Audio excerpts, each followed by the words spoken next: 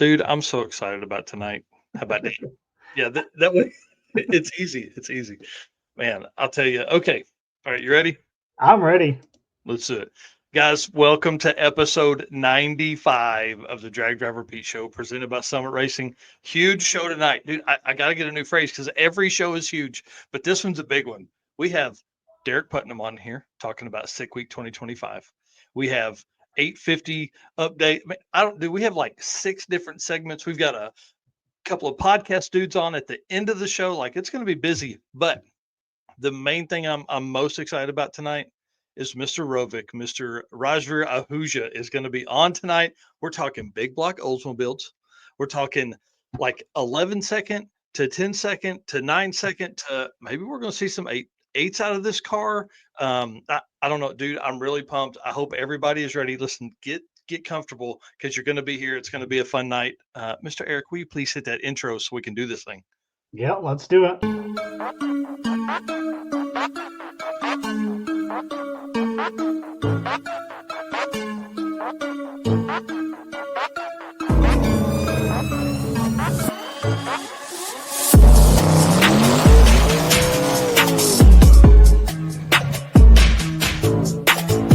We're going to pack things up and hit the road and try to make it the next day.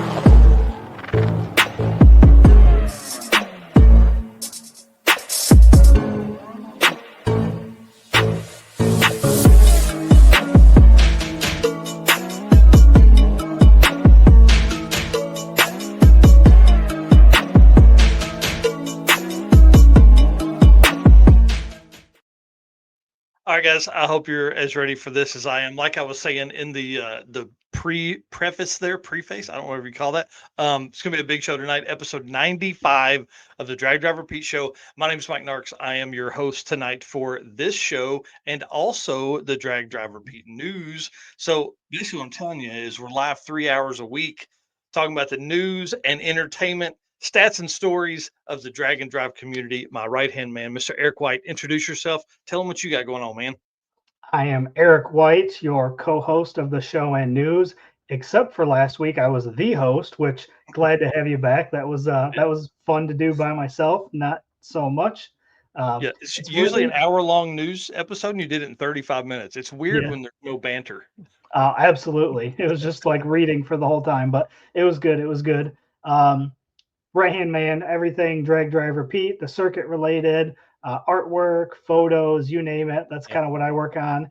And I have a list right here of some more artwork that I'm going to be working on, and I'm excited to start rolling that stuff out as soon as we get some more details on all of that. So Yeah, it's going to be awesome. This year's going to be crazy. So Eric has been tasked with more fun stuff. So we've got a couple drag and drive events that are coming, and then also he's working on another big event flyer. So it's going to be kind of cool, man. I'm excited. Well, guys, listen. If you don't know, we can't do this without you guys. I don't know if you knew that or not, but race car friends make the world go round.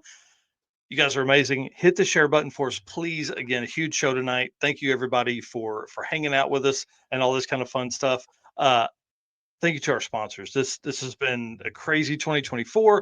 2025 is racking up to be even crazier, and it's all because of our race car friends and our sponsors. So thank you so much to Summit Racing, Molly Motorsports, Driven Racing Oil, Car Chains 3D, WAF Racing, Performer Built Transmissions, Howard's Cams, Sweet Patina, J-Wire Solutions, Racing Joke Classifieds, and Power Tube TV. Y'all, that's a big long list of folks that we certainly appreciate, and they make the travel to these events, and they make the equipment that we buy and all that kind of stuff. They make it possible. So appreciate um, them. some news here before we get too far. Mm-hmm. Car won't be ready for No. sick week. Oh man, that's sad. That's That's Trevor Brandon bummer. for the folks that are listening on the podcast. The man, that's sad. Hate to hear that. Hate to I know that was a goal of that car, but if it's at PFI speed, they're doing right and getting it ready in the best way possible and all that kind of stuff. So, man, hang tight. That's really sad. That's really sad. But hey, it'll be bigger and better this round. We got Summit Racing being our title sponsor for the show and the news and the Circuit 2025. Summit Racing Speed Legacy began in 1968 as a one-man startup and is now the world's speed shop. With 4 facilities and 200 plus catalog editions, they fuel your passion, save you money, deliver fast, and offer top-notch customer service for more than 1,500 brands. Make sure to download the Summit Racing mobile app for easy access to speed parts.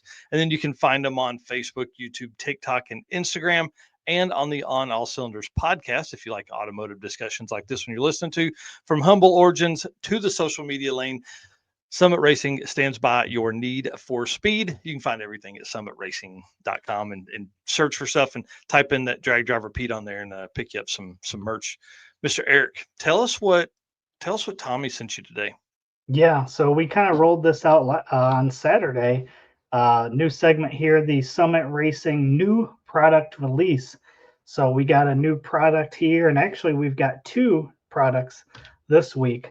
So what we got here is add big power to your small block Ford with trick flow, twisted wedge, cylinder heads, and intake manifolds at Summit Racing. So just a little bit about both of these here quick. The Twisted Wedge 11R227 heads have high flowing 227cc intake ports and CNC ported 56cc Twisted Wedge combustion chambers. The intake valves are moved away from the cylinder walls to reduce valve shrouding and significantly improve flow at a high valve lift. The relaxed 11-degree intake and 13-degree exhaust valve angles reduce chamber volume for improved compression and efficiency, and provide extra piston to valve clearance for high lift cams. These cylinder heads work with stock pistons and lower lift cams, as well as the Twisted Wedge specific pistons with cams up to a 600-inch of valve lift. Fit Ford 289 and 351 based engines and are available fully assembled or as bare castings. So that is the heads. The intake those look kind of like LS heads.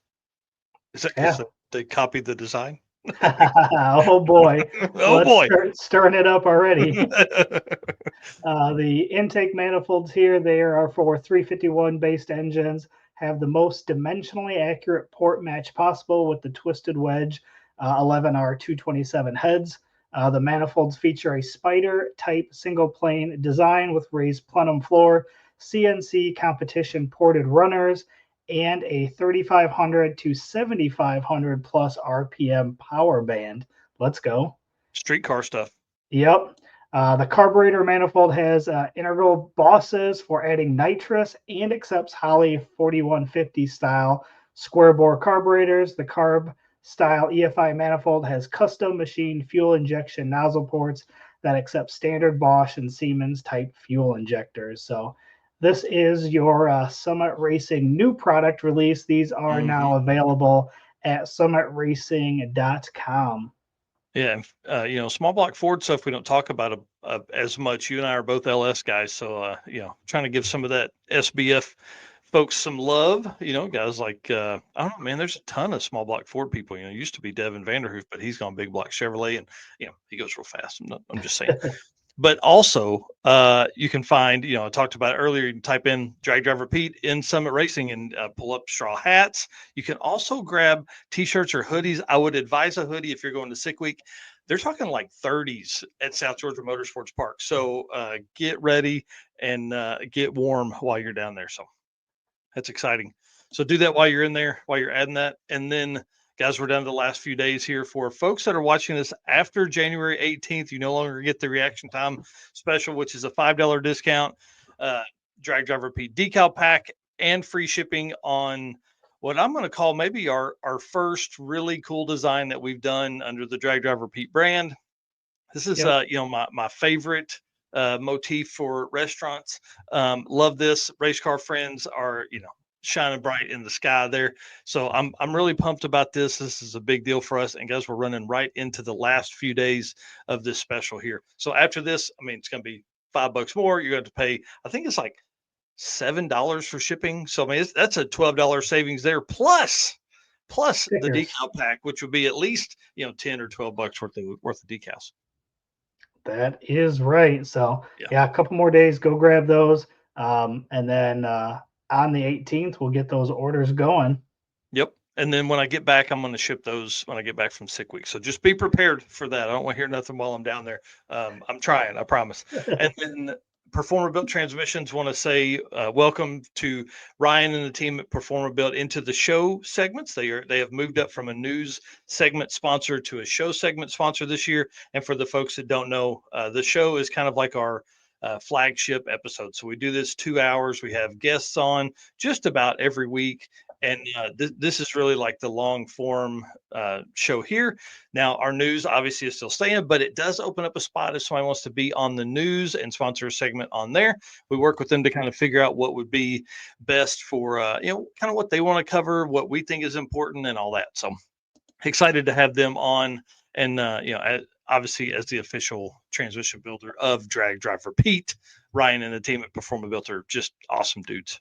Yeah, we got Bob Grover here saying small block Ford. And he won the Molly Motorsports toughest roadside repair. Yep. For the year, so he knows all about small block Ford stuff. Yep, Nick Schaff, one of the users of Performer Built stuff, and I can't remember Nick's shop name right here. I can see the logo, but I can't remember the name. So Nick, drop the shop name in the comments there. Circuit updates. I know we're going fast here, guys, but hang tight with us. Circuit updates. If you missed episode 94, then you missed Dustin Cottle and Lance Walker basically locking in the first race of the circuit. Now, this is a big deal because I'm not saying we gamble publicly, but you can gamble with donations that are made to the youth services of Tulsa by doing this. So what we do essentially, the first race has always been a big deal for me. I love doing that. That's what kicks off the whole event. And these guys are literally going to be in the staging lane ready, and we're going to be in the opening ceremony. They're the opening, driver meeting, and they're going to get right in the trucks and go down. So they're the first trucks. They're both 8-second capable. They've both been fast. They've both been to a ton of drag and drives. This may be the race of the weekend, really. And last year we raised almost $1,000 with Red Hat Scotty and Keaton Maxon racing side by side. Keaton obviously won that, and then they kind of battled all weekend back and forth. But this is going to be a great one. Dustin Cottle, who was on the show last week for episode 94, and Lance Walker. It's a big deal right here. A big deal. Yeah, it's going to be exciting. Yep. And then I'll run through this last one here. Red Hat Scotty and the Maxons, Keaton and David Maxon, they've done it again. Right. We talked about this last year when they talked me into the 650 index class, the circuit 650 index class brought to you by R&D Performance and Fab. Big shout out to Lance Strager. It's going to be a floating index this year. So here's how this works. This is kind of cool. You essentially, if you want to put your number in, say you run 646 on the money every time, that's what you get your car dialed to, right? You'll literally give Melissa, my wife, $50. You'll write 646 on a poker chip. You'll drop that in the bucket. Okay. If you don't want to participate in that and write your own number down, you will automatically get a 650 written on there. So let's say we get 9 people of the 18 that are signed up that want to kind of gamble with this number. Like there's still 9 650 numbers in there. So it's going to be really fun. And again, another interesting way for us to raise a little more money for the youth services of Tulsa, which is what we're doing for the circuit. Our goal is to raise $10,000. We're already over $7,200 because we take $25 of each entry, and AT Industries donated $2,000 to the cause. So, hey, we could be at 10,000 out the gate with the first race and the 650 index stuff. So anyways, okay. Yeah. Let's talk about fun, cool stuff. So thank you to everybody for the circuit stuff. I'm excited about that. Move us into the driven racing oil stuff, man. You got it. Driven racing oil is the performance engine oil that can do it all. GP1 is the ultimate oil for any race or performance application, whether launching hard at the drag strip and during the extreme heat of off-road and circle track, or pushing limits in top field drag boats and demo derbies. Winning racers choose the GP1. Compatible with engines from classic hot rods to cutting-edge race machines, GP1's unique surface cling and high zinc formulation ensures superior wear protection particularly for flat tappet camshafts, while solving issues like cylinder washout with methanol and ethanol fuels. Crafted from the legendary Bradford, Pennsylvania base oil, then enhanced with state of the art additive packages, GP1 offers the best in protection and performance. And you guys know drivenracingoil.com is where you go to pick up your oil or any merchandise, and social medias, Driven Racing Oil at Facebook and Instagram. Yep. And did you show the Fast Act Racing note here? I Guys are did. in there working again, man. Get at it. And then Nick Schaaf's thing, I'm sure you showed it. CNG American Muscle Cars. I could see the American Muscle Cars, but I couldn't see the letters in front. I'm excited for him. We're going to see him here in just a couple months at the circuit. All right. Yep. So you know the deal. Driven Racing Oil event stuff. So man, run us through the events that are upcoming. I will tell you guys we're going to move through this fast because Derek Putnam is backstage, and it's going to be hard for me and him to keep it at about 30 minutes. So we got a brand new event here added to the list for 2025. This is going to be a good one. Chad Reynolds of bangshift.com is hosting the One Lap Challenge at State Capitol Raceway in Louisiana. This is coming February 28th through March 2nd. So he's promising Cajun food and fun in just a few days before Mardi Gras. So that should be interesting. $375 to enter, $175 for what they are calling the Cajun Cruise, which is essentially our road week style. Yeah. Yeah. I'm excited about this event. I know it is quick notice, but the weather's going to be great in Louisiana. And it's put on by Chad Reynolds, who's been to so many events. He's, live streamed, I think, every Rocky Mountain Race Week. Like it's a whole big deal. So this should be pretty fun to watch him do this side of it for sure. Yep, and I'm assuming registration is open now for this, being that it's such short notice. Yeah, I would think. Obviously, you can message him for that, or go on there. I'm sure there's a link on the Facebook page or anything else, anywhere else. There's a website, but I didn't put it in the notes. Sorry about that. Yep, and our first event of the year coming up here in just 12 days, Sick Week 2025. We'll talk about this here with Derek Putnam in about 30 minutes, or at the 30-minute mark here, about 15 minutes of tonight's episode. So again, 12 days for the event to start, which means a lot of people are going to be leaving in 10 days or even sooner. So if your stuff's not ready, you better get to work. There's a lot of Canadians that are that leaving, I think, next Saturday or Sunday, something like that. So pretty wild. If your stuff's not ready, don't turn us off. Just turn up the volume and get out there and work on your cars. Yeah, that's right. Up next here, 68 days until Kakalaki Run. This one again, Darlington, Rockingham, and Virginia Motorsports Park. So again, 68 days, just over a month until this will be their first event. So yeah, this is going to be nuts. I'm excited for the Klausners to do this. They've been longtime drag and drive racers, and I say it all the time. I love when drag and drive racers host drag and drive events. Absolutely. And the last one here, we've got Heads Up Hustle has posted that registration will open February 22nd, so just over a month now. And remember, that is the event that Mike is going to be announcing it. So if you want to hear his buttery sweet voice, make sure you register for Heads Up Hustle. Yeah, definitely bring it on. Bring it on. It's going to be fun. I want to give a shout out to my cousin Mandy there. Hey, love you, lady. Appreciate you stopping in here tonight. All righty, let's talk about the next bit. I know we're blasting through this, guys, and I apologize, but I'm trying to get to Derek. He's backstage chomping at the bit. He sent me a message while ago, said I'm making notes. Oh yeah. All right, J-Wire Solutions, expert car and marine wiring solutions you can trust. J-Wire Solutions can wire and plumb your hot rod, race car, and drag and drive car. Plus, they offer products to make your driving experience even better, like the blinker module we talk about all the time. This is a must for all drag and drive cars. The module will allow your rear turn signals to continue to function while the brake pedal is applied, just like your stock daily driver. This is a big deal when you're on a drag and drive and you have the aftermarket wiring harness. And when you turn your blinker on, it blinks and you hit the brake light and both your brake lights just come on and stay. So nobody knows you're turning while your brake lights are on.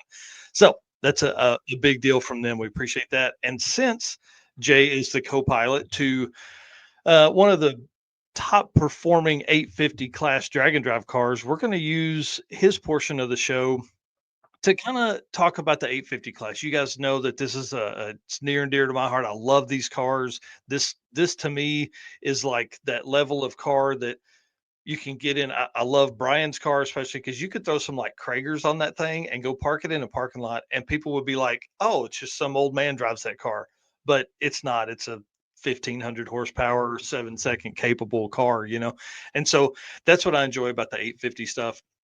Plus, with 850 cars, it's that class is probably one of the most competitive that you ever see, just because they are ET limited, so they cannot turn in a time faster, and it's almost turned into like this crazy index. So during Sick Week 2024, and we're going to talk about this some with Derek in a minute too, but during Sick Week 2024, 47 cars competed in two different 850 style classes. Randy Seward obviously won the Street Race 275 class with a record-setting 851 with a 2, and then followed by James Tall with an 853.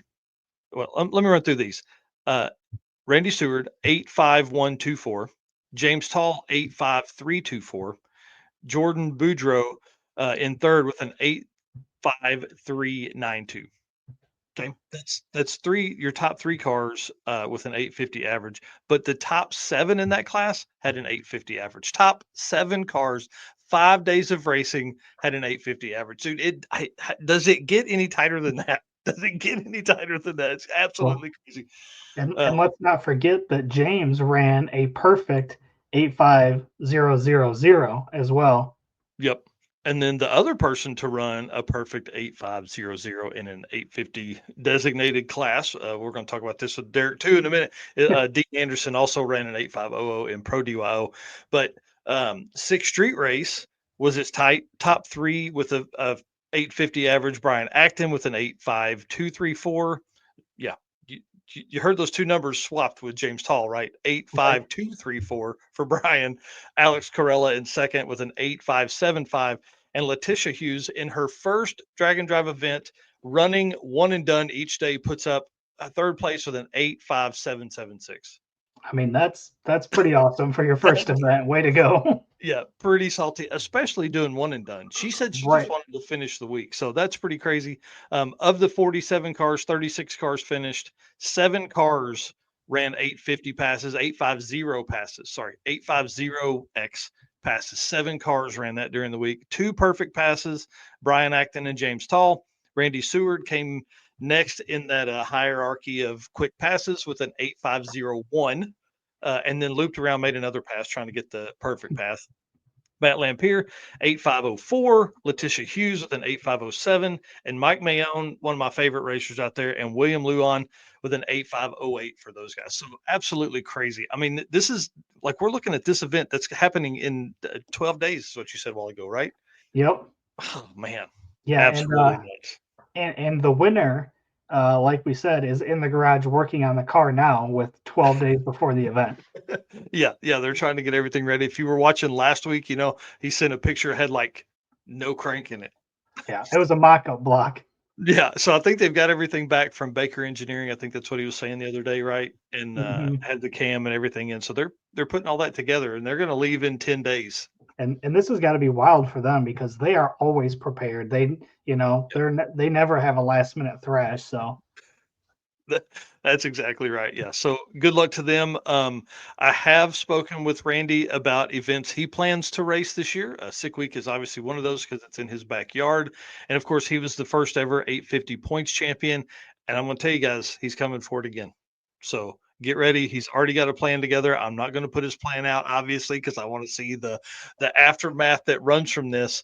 But this is going to be nuts, man. He actually took second overall points, just barely over Brian and Jay in third overall for their points. So if you think about this, right, the world champion stuff is doing exactly what we wanted to do in the very beginning. We wanted it to be able to, because if you're ET limited, you still have to do really well to get into that top three. This year, I think we're going to see more people, faster cars in that top three this year than what we saw in 2024. Hey, Rovic's in here saying howdy. So he was at dinner earlier, and so he's getting fueled up for the chat tonight later in the show. All right, sir. lead us into the Molly Motorsports segment. We'll talk to Mr. Derek Putnam in this part. You got it. Attention high performance enthusiasts and racers, meet the Molly Motorsports Power Pack Kit, your ultimate solution for Power Pack performance. The Power Pack pistons are made from either 4032 aluminum alloy to allow for tighter cylinder to wall clearances and improved temperature stability, or the 2618 alloy to allow for increased detonation resistance.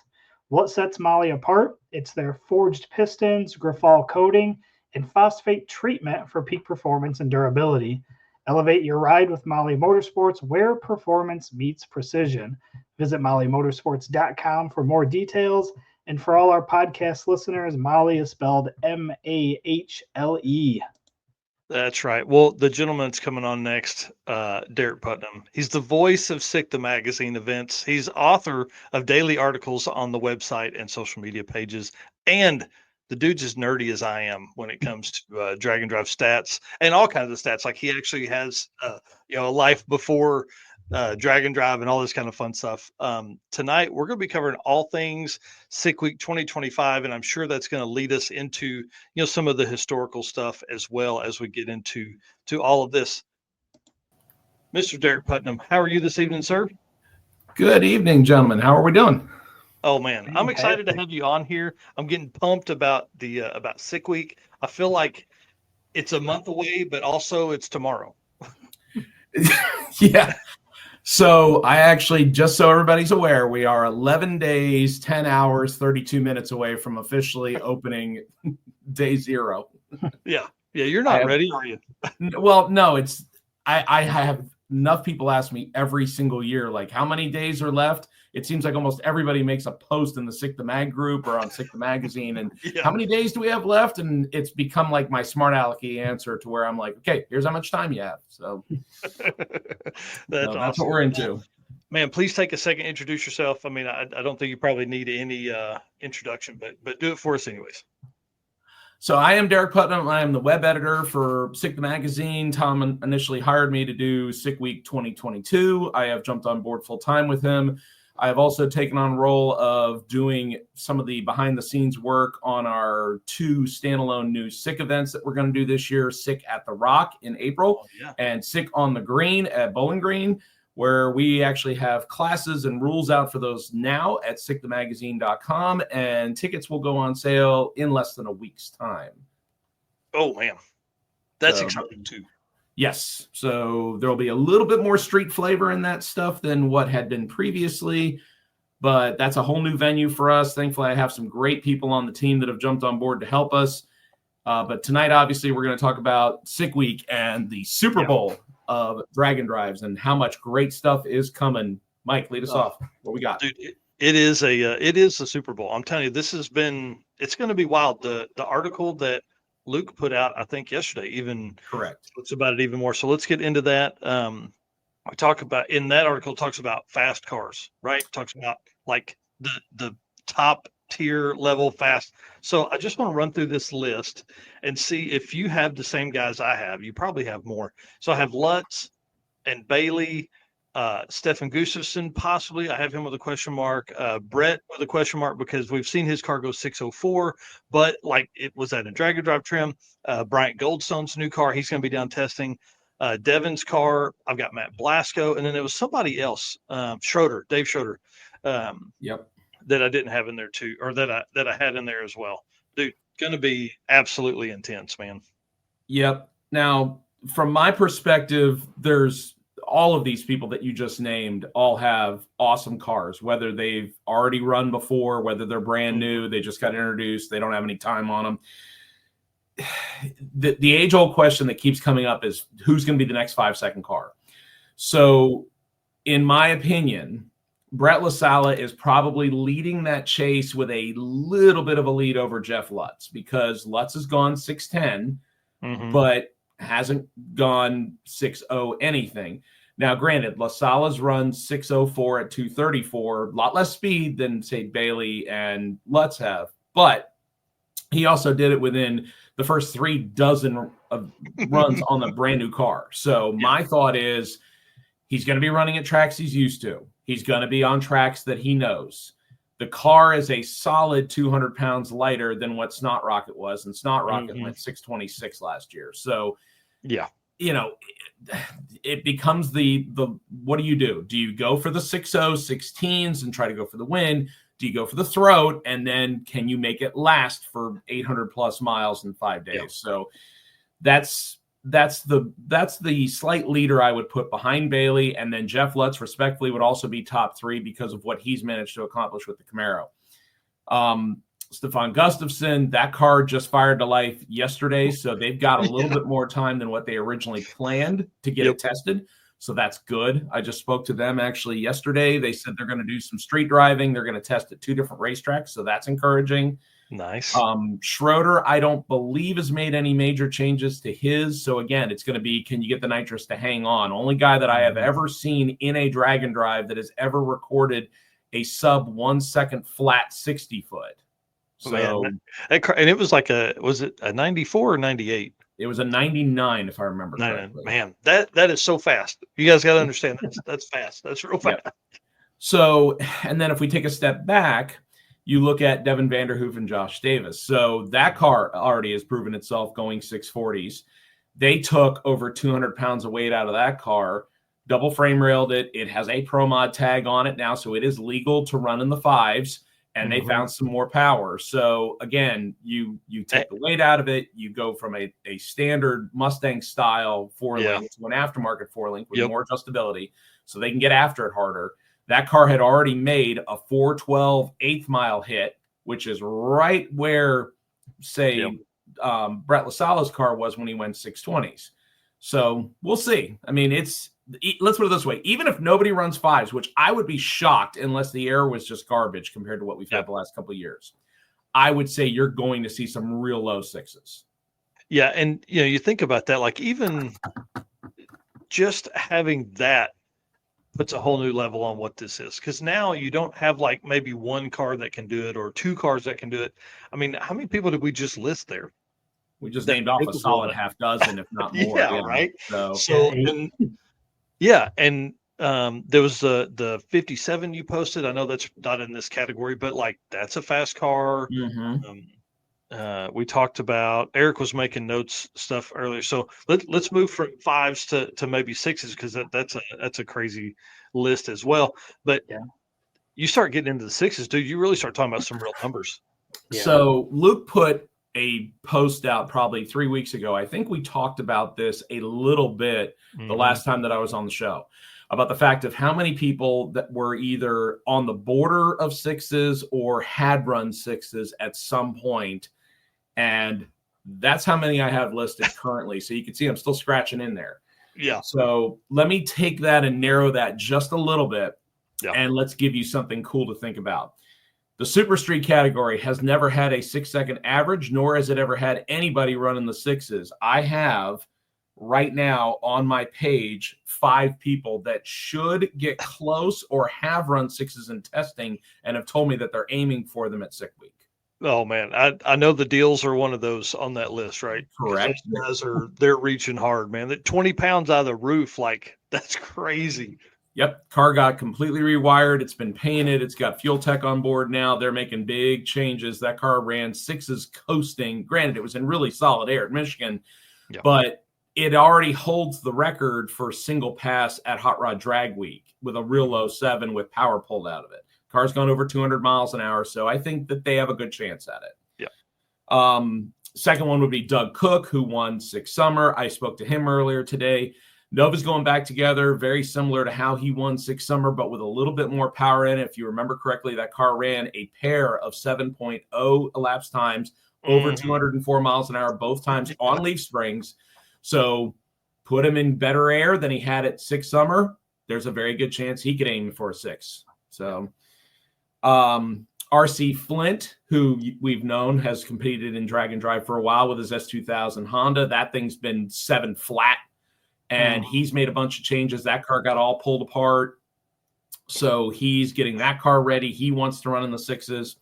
Lamar Swindell Jr., who we saw run his daughter's car, which, he swapped back and forth, but he ran his nitrous Camaro at 3 events this year or last year. He's building a 66 Chevy 2 that's almost done. rumored to have a Pro Charger on board, but we know how much he likes nitrous, so could possibly be not only the first guy to run 6s in Super Street, also could be our first 6-second nitrous small tire car, if you think about that. That could be intense. Wow. That would be awesome to see. So it would be awesome to see. And then no shame at all, because he's your defending champion, Michael Ward, with the Chevy 2 Nova. He averaged 735 last year. So I have no doubt, considering we saw him run a couple more events, that there is a good chance that they're going to put the screws to that car and get it closer to that 6-second range. Right. Eric, take over for a second. I'm going to look up. Yeah. Ward real quick. So a couple more that we had on the list here. Obviously, Steve Morris. Yeah, Steve Morris should be a pretty solid shot. The biggest thing with him, obviously, is just getting the car to survive. He did fine at Drop the Hammer, but I think that it'll just be a matter of, if he's gotten all the bugs worked out of it, to make a slightly longer week and continue to do it. The car's run 6s plenty of times in drag and drive history. It just hasn't finished with what I think it's truly capable of. Yeah. Yep. Alan Whitaker would be another one. Yep, he's also running the 6s plenty of times, as far as both on and off track. I mean, you could get into smorgasbord of others. David Armentrout's running the 6s. Alex Taylor just ran all 6s at Hot Rod Drag Week. We talked about all the people that are, running unlimited and unlimited iron. Les Smith, who ran in the 6s during Hot Rod Drag Week. Glenn Hunter Jr., who ran 6s during World Cup, but hasn't done it during a drag and drive. But the car has power to do it. I would probably throw Craig Grubner and Sheldon Root into it as well, depending on if they show and what class they run, because Root has gone back and forth between Rowdy Radial and then running a 275 tire. I haven't gotten confirmation on which class he's going to run yet. Yep, that's a good one. And then Matt Moore was testing at Tulsa a couple weeks ago. That car could go pretty quick, and he's going to modified, I think, this year. Correct. He is. That was what we were going to. I was going to mention that during Rowdy Radial. He is our defending Rowdy Radial champ. He is jumping off the small tires and going on to 275s, and has every intention of trying to clock 6s every day. He just got his engine back, I think, yesterday or today. So he's already in thrash mode. And it also bears to be noted, the rumor that I've heard, I have not confirmed it yet. We did talk about this. Ed Enzer's car was on that 7-second borderline last year during testing in a bunch of places. He is rumored to possibly be participating in Sick Week. I have not gotten confirmation on whether he registered or not. So there's a 6-second pass that could make huge waves, obviously. Yeah, naturally aspirated. I was going to say the quickest naturally aspirated car in drag and drive history. Eric, what was Jimmy Lopez telling us that he ran like a 7-11 or something like that Ed Enzer had ran, and that was in the summertime. I think so. I can't remember. I'd have to go back and look at what I've written about him, but I know that he's run at least 17s a couple of times. But like you said, it was during summer conditions, and I think that he's tweak the car a little bit more to get some more power out of it. I'd have to take a look. And anytime you're that close, then you got to start looking at 7.0s, and then Jay O'Brien here saying 7.06 somewhere. I got it. 7.02 at 191 with a 107 60-foot time in October at US 131. Come on, man, that's awesome. It's there. So right, and then one more name on the list for 6-second stuff. Did you see Nick Taylor posted just got his car back together? Yeah, I'm like, let's go, dude. And he has gone 6s in that car before he had the unfortunate crash at Brown County. So we'll see how that goes. Actually, I'll throw one more name in there. Chuck Stefanski, who went 7 flat with a 5 in the Pro Charge Le Mans wagon. He is in the process of rebuilding that thing for the 3rd time in less than a year, and he wants to run 6s with the Zumi equipped wagon. Yeah. Yep. If they get it back together. Yep. And then did you guys talk about Alan Whitaker? Yep. Yes, we did bring him up. So sorry, I was looking fun of Greeny. That thing should be fun to watch. I will tell you that unlimited iron and heavyweight should be very interesting this year, considering that there is a pretty good chance that you will see a lot of 6, 7, and 8-second cars in both classes to be able to just even get a top 10 spot. I would think would have to be there unless they have a lot of catastrophe. I think the only one on our list that we didn't talk about was Snot Rocket 1.0. So I have not heard for certain whether that car was going to be together or not. I did see a photo that Ace Racing Engines posted about the engine that's supposed to be going into that. And to my knowledge, that was a little close to borderline as far as when the timing of that shot was put out versus if it's going to be in the car and done. Because similar to, I'm going to take a step back real quick, Brian Goldstone, I would put Snot Rocket 2.0 in the same category. I don't think they're going to bring that car out until they have it right, considering how much that car did previously. Just like Goldstone says, I'm not going to bring this car out until it's tested and right. We can always run the AMC again. And I think that that's personally the right move. I know there's a lot of people that disagree with me, but, you know. I mean, here's the thing. Like, if Goldstone has had that car together for, let's say he's had it together since PRI. They went home and wired it, and it's been together for 3 weeks, right? Well, it's too cold up there to drive that thing around. I mean, there's maybe a day or two that it's been nice enough to do it, but you know, in that time, you're not going to be able to put together all of that stuff and street tune and all that kind of stuff that would go along with that. So, you know, he's going to show up down there with both cars, and I think we'll probably see the Javelin one more round, or maybe Sick Week becomes a shakedown for the big car, for the new car. I would agree. I mean, again, I think that just with how the whole thing has come about with Sick Week, that the testing has gotten more and more. We did 1 day of early testing last year with the Cadillac Attack deal. We're doing 2 days of it at South Georgia this year, and spots for Sunday have been sold out for, I believe, 4 days now. Saturday is borderline sold out. And I know of several people that I'm sworn to secrecy are testing between South Georgia, Bradenton, and Orlando next week to try to get their stuff sorted. For the folks that are watching this that are going to Bradenton and will be testing with the other pro mods, please tell me if you do not want your shit on blast, because I'm going down there Tuesday. So just be ready, because I'll be bothering you if you're at Bradenton Motorsports Park. Just be aware of the fact that as much as I love Bradenton and I go down there a lot, the one thing about Bradenton is unless the clocks are off and or the scoreboards are off, anybody that's sitting out on the highway can see what you run. Be ready. So if it's like Snowbirds, they won't have the clocks on during testing if Wes is running it the same way. Now, I don't know if he is or not. I don't know. So that could be kind of fun. But if you don't want your passes out, tell me now, or tell me when I get down there and see you guys in person next week. Right.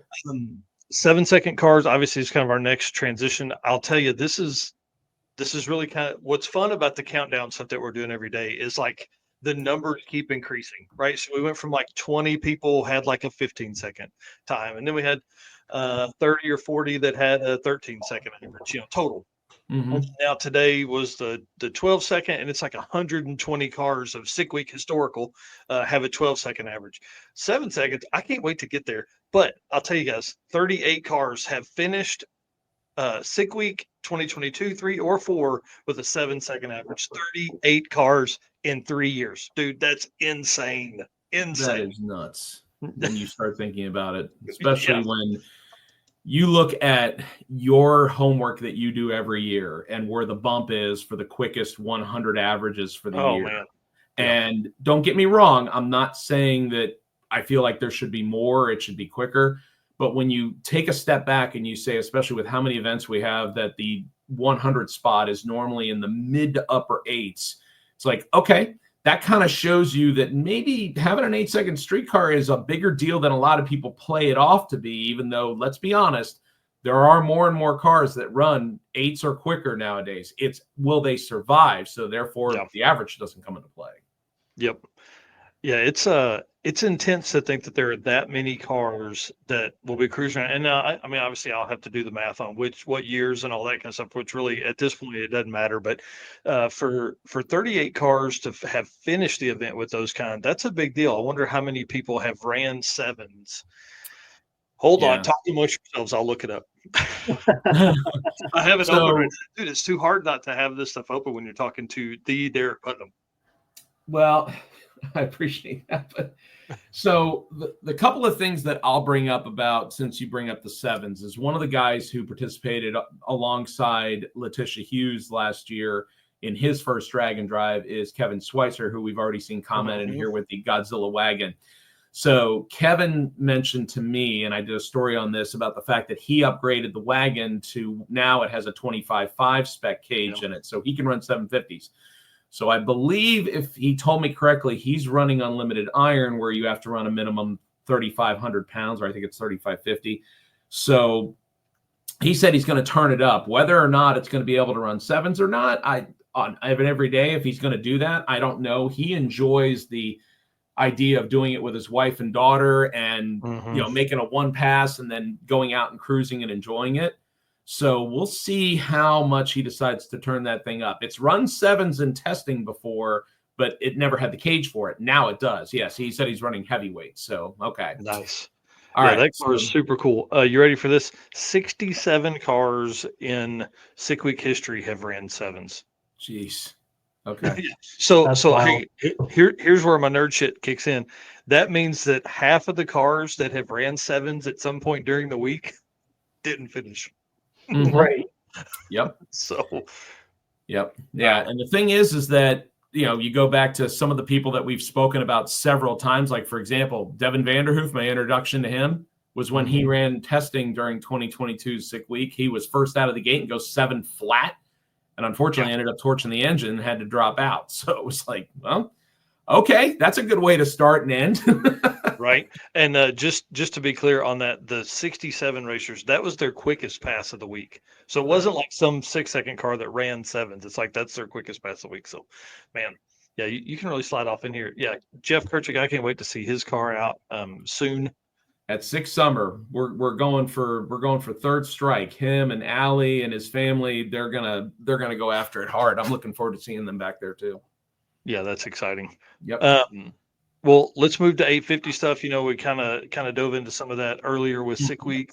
Again, 47 cars, just to recap everybody that's coming in fresh. 47 cars at Sick Week 2024 ran in an 850 type class, like trying to get as close to 850 as they can.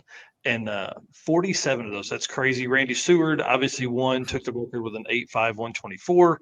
The Sick Street Race record, though, I think is held by Aaron Schaefer, but with an 851 something, like maybe 851.0 or 851.06 or something like that. I was trying to look at that, but lost time. Yeah, sounds right. I know Randy last year, just with the ones that he ran, he got really close to Dustin Trance's average, who unfortunately I found out last week is having to drop out. His dad has health concerns, so unfortunately they cannot make it, and that's a bummer because obviously we'd like to see them back, but health is more important. Obviously, we can always see them at another one later this year. So you mentioned the nerding thing, so I did a little bit of homework. Of the 12 cars that have made a perfect 8.500 run, 3 of them have done it at Sick Week. Wow, that's awesome. You mentioned 2. You should know what the third one is. It's our boy, Dean Anderson. And then Aaron Schaefer as well, right?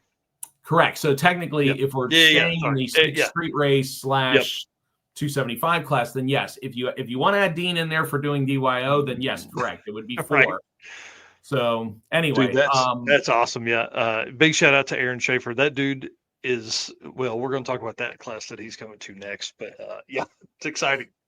Yeah, so you've got a literal, dart throwing match that's going to happen and 6 Street Race and 6 Street Race 275 between Randy Seward, James Tall, Jordan Bedreau, who is probably going to jump out of it and go into Super Street because his car now has a 750 cage, but I have not heard for certain whether he's going to do it yet or not. That was debatable when the car was getting upgraded in cage. But let's move past that. William Luan, one of 2 guys that has won 2 Sick Week titles. He's coming back as one of 6 cars out of the Luan Racing Camp that's coming up from Miami. Houston and Kate McLean, who have done it twice now. They got married last year. They just did a one and done. They did an entire year of 860, so they're really focused on trying to get an 850 hit. So that's just one category. Then you jump over into 6 Street Race. You already mentioned Brian Acton, who is getting his car back together. Alex Corella, who finished second last year, I have been told is supposed to be running Rowdy Radial, but it is not confirmed yet. So we'll see if he decides to go back on the small tires that he has run 5 teens, 5.0s on before. So not sure 100% on that. So Aaron Schaefer, who has also jumped back and forth between 850 and 235 / Rowdy Radial. It'll be interesting to see what he gets into. So Yeah, there's from what a bunch of names right there that are all possible to win for it. And and we mentioned Barry Cook. Thanks, Jeremy. Yep. Barry Cook, who also did really well last year and tore his car completely apart. Yep. And then I was just looking up Gabby Lujan. If she comes out, dude, I mean, she won Pro DY. Pro Dial Your Own is what I've heard. Yeah, for with her. an 859 average, like that, she don't play. And then Letitia Hughes took 3rd place. 857. Like, man, there's so many racers that are capable of that. It's going to be crazy to see who all is there and who shows up and what they've got done. So from what I've been told, Letitia is dropping out this year. She's going turbo. And Gabby, I believe, is running Pro Dial Your Own again, the class that she won last year. But her car is obviously very capable of running an 850, so she may jump in with her dad. We'll have to see. Yeah, I mean, I think she would have been 4th in 6th street race if she had said that. So like, she's capable, and they were looking for the lowest spread. So could she have turned it up a little bit and gone 5 zeros? Maybe. So yeah, Kevin definitely could have. Yeah, especially considering what she turned in, and like you said, her first number. So yeah. Yep. Man, wild. I can't wait. And so I want to stay on Pro DYO for just a second because I say this a lot, but I really enjoy the DYO style of class because it allows, if you don't have an 850 car like that can go consistent 850s, the 6th street race or 275 class could be kind of tough. So you still have a fast car, but say you have a car like Rovic's that's, I don't know what's going to be with this new motor. We're going to find out here in a little bit. But, if you have like a 890 or a 950 car, are you better to move into Pro DYO or turn that thing up and try and go all out each time? But, pull off a full second is going to be hard. But like the Pro DYO gives you a really good opportunity to have consistency and make that your win, Yeah, I think that the whole idea of, what the one change that I've seen from Dragon Drives from the original Hot Rod Drag Week of single second in class integers or getting into a dial your own where you're going after your own number. Now, granted, we give you a lot better track prep than some do, so that does give people a little bit more confidence to be able to go after it. But I think it's kind of hard when you have the opportunity to dive into something and be more comfortable with your surroundings rather than shooting for 850 and knowing that it is a shark pool to try to get into. Right. All right. Well, let's move because, man, I didn't realize how late we got. About 5 or 6 minutes here. I want to talk about Rowdy Radio class because Blaine made a post the other day, and I was just going to look at it now. Do we know if he's running Rowdy Radio or is he moving up to a different class? I can go in. Well, the rumor that I have been told is that El Toro is coming back to Sick Week, and it is going to be competing in Rowdy Radial just like it was at Sick Summer. Okay. So I am not privy to the information of 100% that Blaine is going to be running the car, but I have been told that El Toro will be there. So that would be my guess. Yeah, so what I'm going by is he made a post on the 13th, 2 days ago, that was saying that he was going to be running El Toro, but it didn't say if he was going quarter mile or 8th. The fun thing about him running at Sick Summer was like, he was ET limited going faster than 850. Yeah. He was like having to get on the brakes because that car was going so fast. Yep. Now, as far as I know, I'm pretty sure that car, just based on seeing it a couple of times outside of Dragon Drive events, I got to see it at the Christmas tree drags, that car more than likely should stay in the Rowdy Radial class because it works as a good 8th mile car. So that would be my guess. We mentioned Alex Corella earlier. I believe that Tanner out of the Motion Raceworks and TBM camp with his LS turbo swapped 68 Chevelle is also now going to move from a 275 tire and the 7-second land into Rowdy Radial as well. So wow. Yeah, so we will have some people that'll be in Rowdy Radial that should be able to turn the wick up, quote unquote, and be able to not have to worry about that 850, cap that a lot of people have on cages.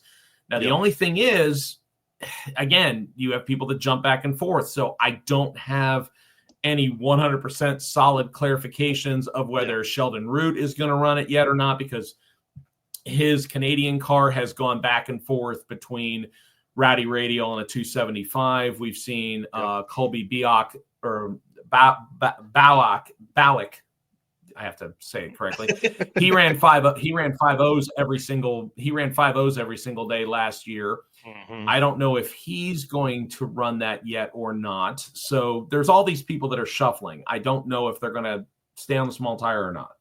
Yeah, it's going to be intense. Well, last topic. Let's talk about route stops, and then we got to bounce because I don't want to run out of time with Rovic, man. It's his first time on. Yeah, no, absolutely. So, all right. So some of the cool things that I would tell you about the route this year, Luke puts a lot of work into this. 2 really cool things that we're adding in this year that we have not done actually, I'll throw 3 things in here. First, we get our first stop is Leadfoot City. That is a brand new racetrack that was just finished less than 2 months ago. I got a chance to go check it out during the grand opening. It went from being like an asphalt arm drop deal to it's fully wired, has scoreboards, everything else. Mm-hmm. So that's really cool. The fact that they are just getting a program going. So that's awesome that we get to do that as a checkpoint. Oh, yeah, for sure. One of the other ones that's new this year is we get to go to Elaine Larson of Larson Motorsports with their 2 jet cars as we leave Orlando. We get to go over and visit them. So that's going to be really cool. They're going to have their jet cars on display, and I heard that they may even be firing them up at a couple of times. So we'll see how that works out. And then the staples. We are going to go to the Hoot Owl Farmhouse for ice cream, as we have every single year. It is the only thing that stays consistent from year to year. So that's great. That is great. I missed the Hoot Owl last year. There's your stops. Right. And so I missed the Hoot Owl last year. And then by the time Justin and I got there in 2022, they'd already closed. It was too late. So I look forward to maybe getting a little bit of that as we go through this week. They keep getting better. I also got there in 2022 and they were shut down. But this last year in 2024, they were actually open and they were still serving people, and it was sundown. So I have every reason to believe they'll be ready to go. Yeah. So last little thing I'll throw in there, since you got Rovic coming, is there's going to be some very interesting, new stuff that's being built. A couple of things I'll throw out there. I believe they are doing sick word with it is a Duramax swapped 50s Caddy that is coming out to join us as part of sick word. I can't remember the name of that shop, but we were talking back and forth on Instagram the other day. Yeah, that's going to be a good one. And Joe and Rachel Haney, who have won a Sick Week helmet in Dial Your Own, they have gotten their Chevy truck fired up for the first time. I believe it was yesterday. There's a video out there of Rachel, basically squinting through the E85 while the thing was running on a very short exhaust. But they're thrashing on that thing. Into the firewall. Correct. Yep. So. That should be cool. That's the one thing about Sick Week is you come out there expecting to see awesome performances, and they're there, but then you also get to see lots of brand new builds, lots of crazy builds, and then it becomes who survives to the end of the year. So yeah, that's exactly right. All right, Derek, listen, thank you so much. Great job the last couple of weeks, last couple of months, last couple of years on all of the articles and social media stuff, man. You're an inspiration, dude. You're kicking ass, man. Appreciate it. I appreciate it. Look forward to seeing you guys in just over 11 days. Obviously, if anybody needs anything, look us up on social media. We look forward to seeing everybody at Sick Week, South Georgia Motorsports Park, January 27th. Eric, Mike, thanks so much for letting me come on. I appreciate it. Look forward to seeing you guys there. All right, dude. See you, man. Thanks. Man, what a fun dude, and I can't wait to hang out with him. And just so everybody sees, take a screenshot of this right now. This is the schedule for Sick Week 2025. So anybody that is going to be down that way at any of these tracks, please, you're going to see me running around with a camera. My goal is to get like 20 hours of footage that I'll never edit, but uh, we'll have plenty of footage if I ever get time. So these are going to be the tracks we're going to be at. And if you definitely see me, I will be footing it. So I may be riding with the Summit guys. I may be riding with Ted Woodman. I'm definitely going to be riding at some point with Jesse Fox at 3G Video during the week. Like, if you have an open seat and you don't mind giving me a ride, listen, I'll make it fun. I promise. I'll buy some snacks like a 9-year-old with $20 in his pocket. I'm dumb when it comes to that stuff, so it's going to be a blast. And then he'll fall asleep as soon as he gets in your seat. Oh yeah, for sure, 100%. I am a napper as it goes. All right, let's. Do you want to thank our folks? Yep, let's go for it. Do it. All right. Again, we've had tons of people in here. First hour of the show is done. Thank you, everybody who has made comments, everybody who's watching tonight, tuning in for episode 95. And of course, thanks to our sponsors, Summit Racing, Molly Motorsports, Driven Racing Oil, Car Change 3D, WAF Racing, Performa-Built Transmissions, Howard's Cam, Sweet Patina, Racing Junk, and PowerTube TV. Yes. Thank you to everybody that's doing that stuff. Also, gentleman's agreement. Here's the deal. I love doing this. Eric loves doing this. But it takes a ton of time, all the kind of stuff. And I'll tell you this much. The only thing we ask you guys to do is hit the like button and subscribe or follow wherever you're doing this at, right? So listen, we'll keep doing this stuff. You just do that for us, and we'll see each other on the next episode when we're moving through all of this fun stuff. And then Power TV. Oh, go ahead. I was just going to say, I don't know if you caught my line on Saturday, but it was, let's keep the vibe alive, like and subscribe. That's going to be my sentence there going forward. Right. I like that. If I had been reading the notes and not have done that from memory, I'd have seen that. You've done a great job on the ride up there. PowerTube TV, rev up your engines with PowerTube, the ultimate destination for automotive entertainment. Stream for free on the web, Roku, mobile apps, and more. Catch replays of our show right here and exclusive content from us and other top creators featuring classics like Pinks and Pastime, which if you guys listened to the Brian Bassone podcast the other day, he was on with one of the other PowerTube content creators. Pastime and Pinks are both coming back for 2025 as part of, listen to this, Power Fest. So they're going to be hosting some huge, crazy event in North Carolina that's going to have recording for all of that stuff. So Pinks and Pastime, I'm really excited about Pastime. I'm really excited about it, especially like think of the difference in 20 years of Pastime then and what you could do now. Like a gutted Fox body with a turbo LS can run sevens, and like, it's going to be interesting to see that for sure. Well, if you want to get involved with the community, content creator community, definitely hit up Ray Iddings at PowerTube TV or get with us and we'll get you with him. All right. WAF Racing. Man, yep. This one's going to be a fun one right here. If you'll hit it, please, sir. Yep.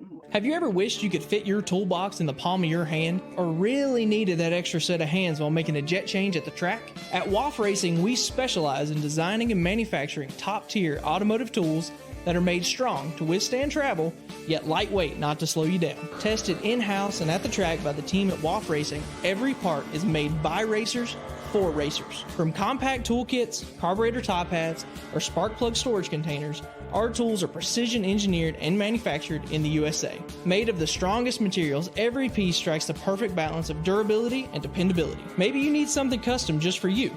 We do that too. You need WAF Racing in the passenger seat for your next drag racing event. Head over to wafracing.com today to take your racing experience to the next level. WAF Racing. Design, build, race. Man, I'm telling you, I love Chris and the team at WAF Racing. Going to be down there hanging out with them at Sick Week as well. Move that to there. How about that? Yeah, love the team at WAF, Chris and those guys. Chris Wozniak is going to be at Sick Week. I can't remember who his co-pilot's going to be, but maybe he's watching tonight and can let us know. Last year it ended up being Matt Blasco, and then it blew up from there for him. It's been amazing to watch his growth at the company and at a racing level. He's built a whole new car for drag and drive, and you can kind of see that in the backdrop there. They're building a satellite with like Mopar connection. specifically for drag and drive. So that's going to be cool. And then with the WAF racing, we do the WAF racing random racer feature, which has been a blast. Oh, Chris says it'll be Lily with him down there. So she was with him on the circuit and 666. So best co-pilot he's ever had, I'll guarantee you. And this is kind of fun. I love the WAF racing random racer feature because it makes me, think outside the box, think outside the lines. Like here, we're not just looking for the fastest in the class. We're not looking for anything special. I literally, for this week, for last week, I just put in sick week, all 939 racers, and I let random.org pick a number, and that's who I picked. Well, this week is a little different. This week, with 12 days left until sick week 2025, we're looking at the racer that has the closest 1200 second average in sick week history. And Mr. Chad Good is that racer for the 12 days of sick week, is basically what I'm going to start calling him, I think, because every day until we get to the sixes, we're counting down. Eric did some artwork for me, and I'm going through grabbing photos from people's pages and featuring them in this segment. And every day, every night at like 7:00, I'm dropping these posts. So Chad Good finished sick week 2024 in his 81 Camaro with a 12.001 average. You can't get any closer than that, especially after 5 days of racing. Now, naturally aspirated car ran a 12.27 on day 1, 12.42 on day 2, 11.74 on day 3, 11.92 on day 4, and his quickest pass of the week on day 5 with an 11.63. So here's the stat that blows my mind right here. Of the 939 sick week racers in historical sick week, right? Chad is one of 122 racers to have finished the week with a 12-second average. Nice. The reason that is important is because everybody talks a lot about the really fast cars, man. It's what we spent a lot of time talking with Derek earlier, right? Like 13% of all-time sick week competitors were in the 12s. Right. So, like, if you have a 12-second car, don't stay at home. Don't keep building it or buying parts for it so I can go faster, blah, blah, blah, blah, blah. Just get your ass in that car and come down and hang out. Who knows? You could race for something like that. You could, with him being so far off between day 1 and day 2, he knew at that point he probably wasn't going to be close for DYO. Okay. So at that point, man, make it a game. Like, to run a 12.0, I need to get this. To run 11.0, I need to run these. At that point, you're really racing against yourself, which is why we call at the circuit you versus you, because it is you against yourself, trying to get to a certain number. And like, if you look at it, other than, he kind of back and forth all week, but I guess he turned it up a lot on day 5 and went 11.63. So anyways, we're counting down each day until we get to 6 days out, and then I don't know what I'm going to do. I guess do 5s in the 8th and 4s in the 8th, because we've had several of those. But 6 seconds is as fast as we've gone. What was Nick saying there? He said it was cool to see Nick's Fairmont today. Didn't realize he was still golding that number 1 13-second spot. Yeah, it's pretty fun.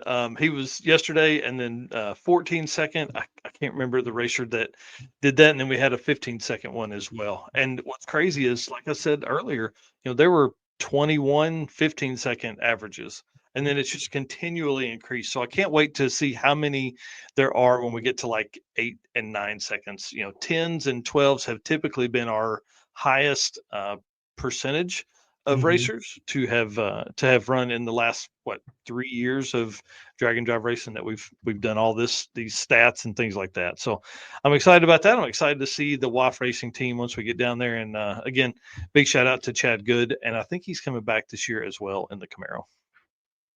So I had not heard back from him yet by the time I wrote this, but he still hadn't got back to me. So maybe Nice. much, but it'd be cool to see him there. And do you want to bring in Mr. Rovic, Mr. Roger? I'll get you here in just a second. Yep, let's hit this video and we'll be ready for him.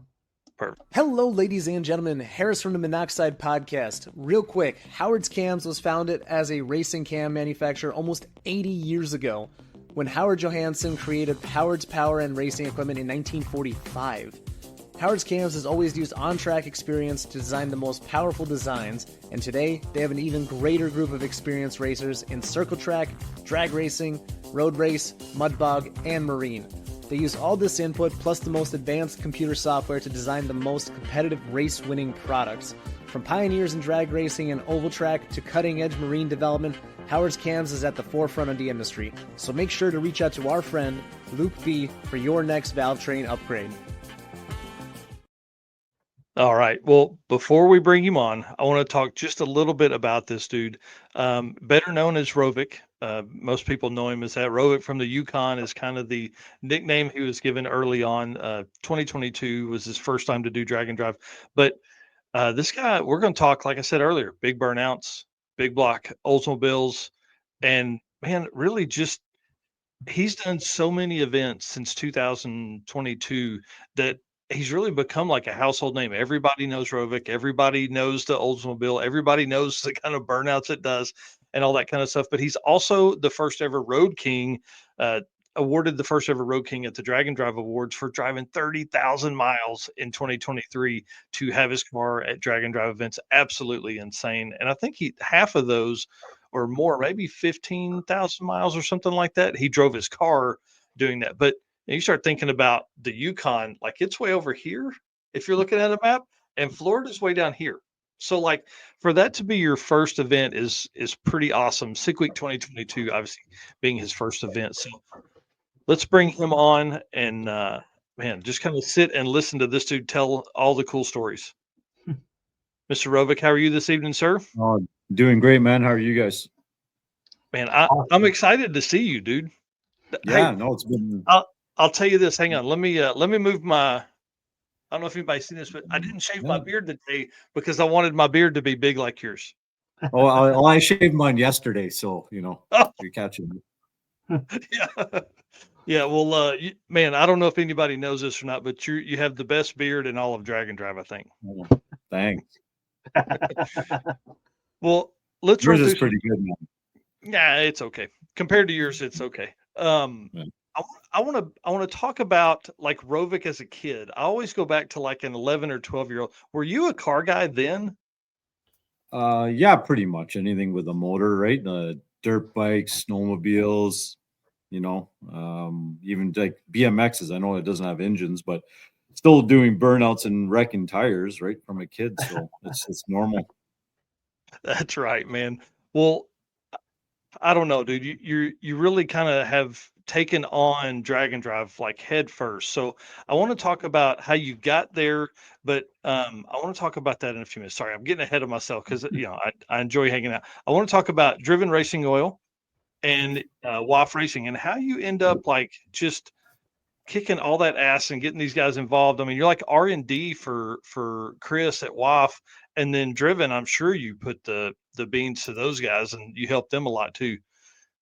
Oh yeah, no, they're a great bunch, both of them, Chris at WAF and Bill at Driven Oil, right? Like he kind of, I went up to him. That's when I first met him. I didn't know his involvement in them, but we went over there. I was at Drag Week in 23, I think it was.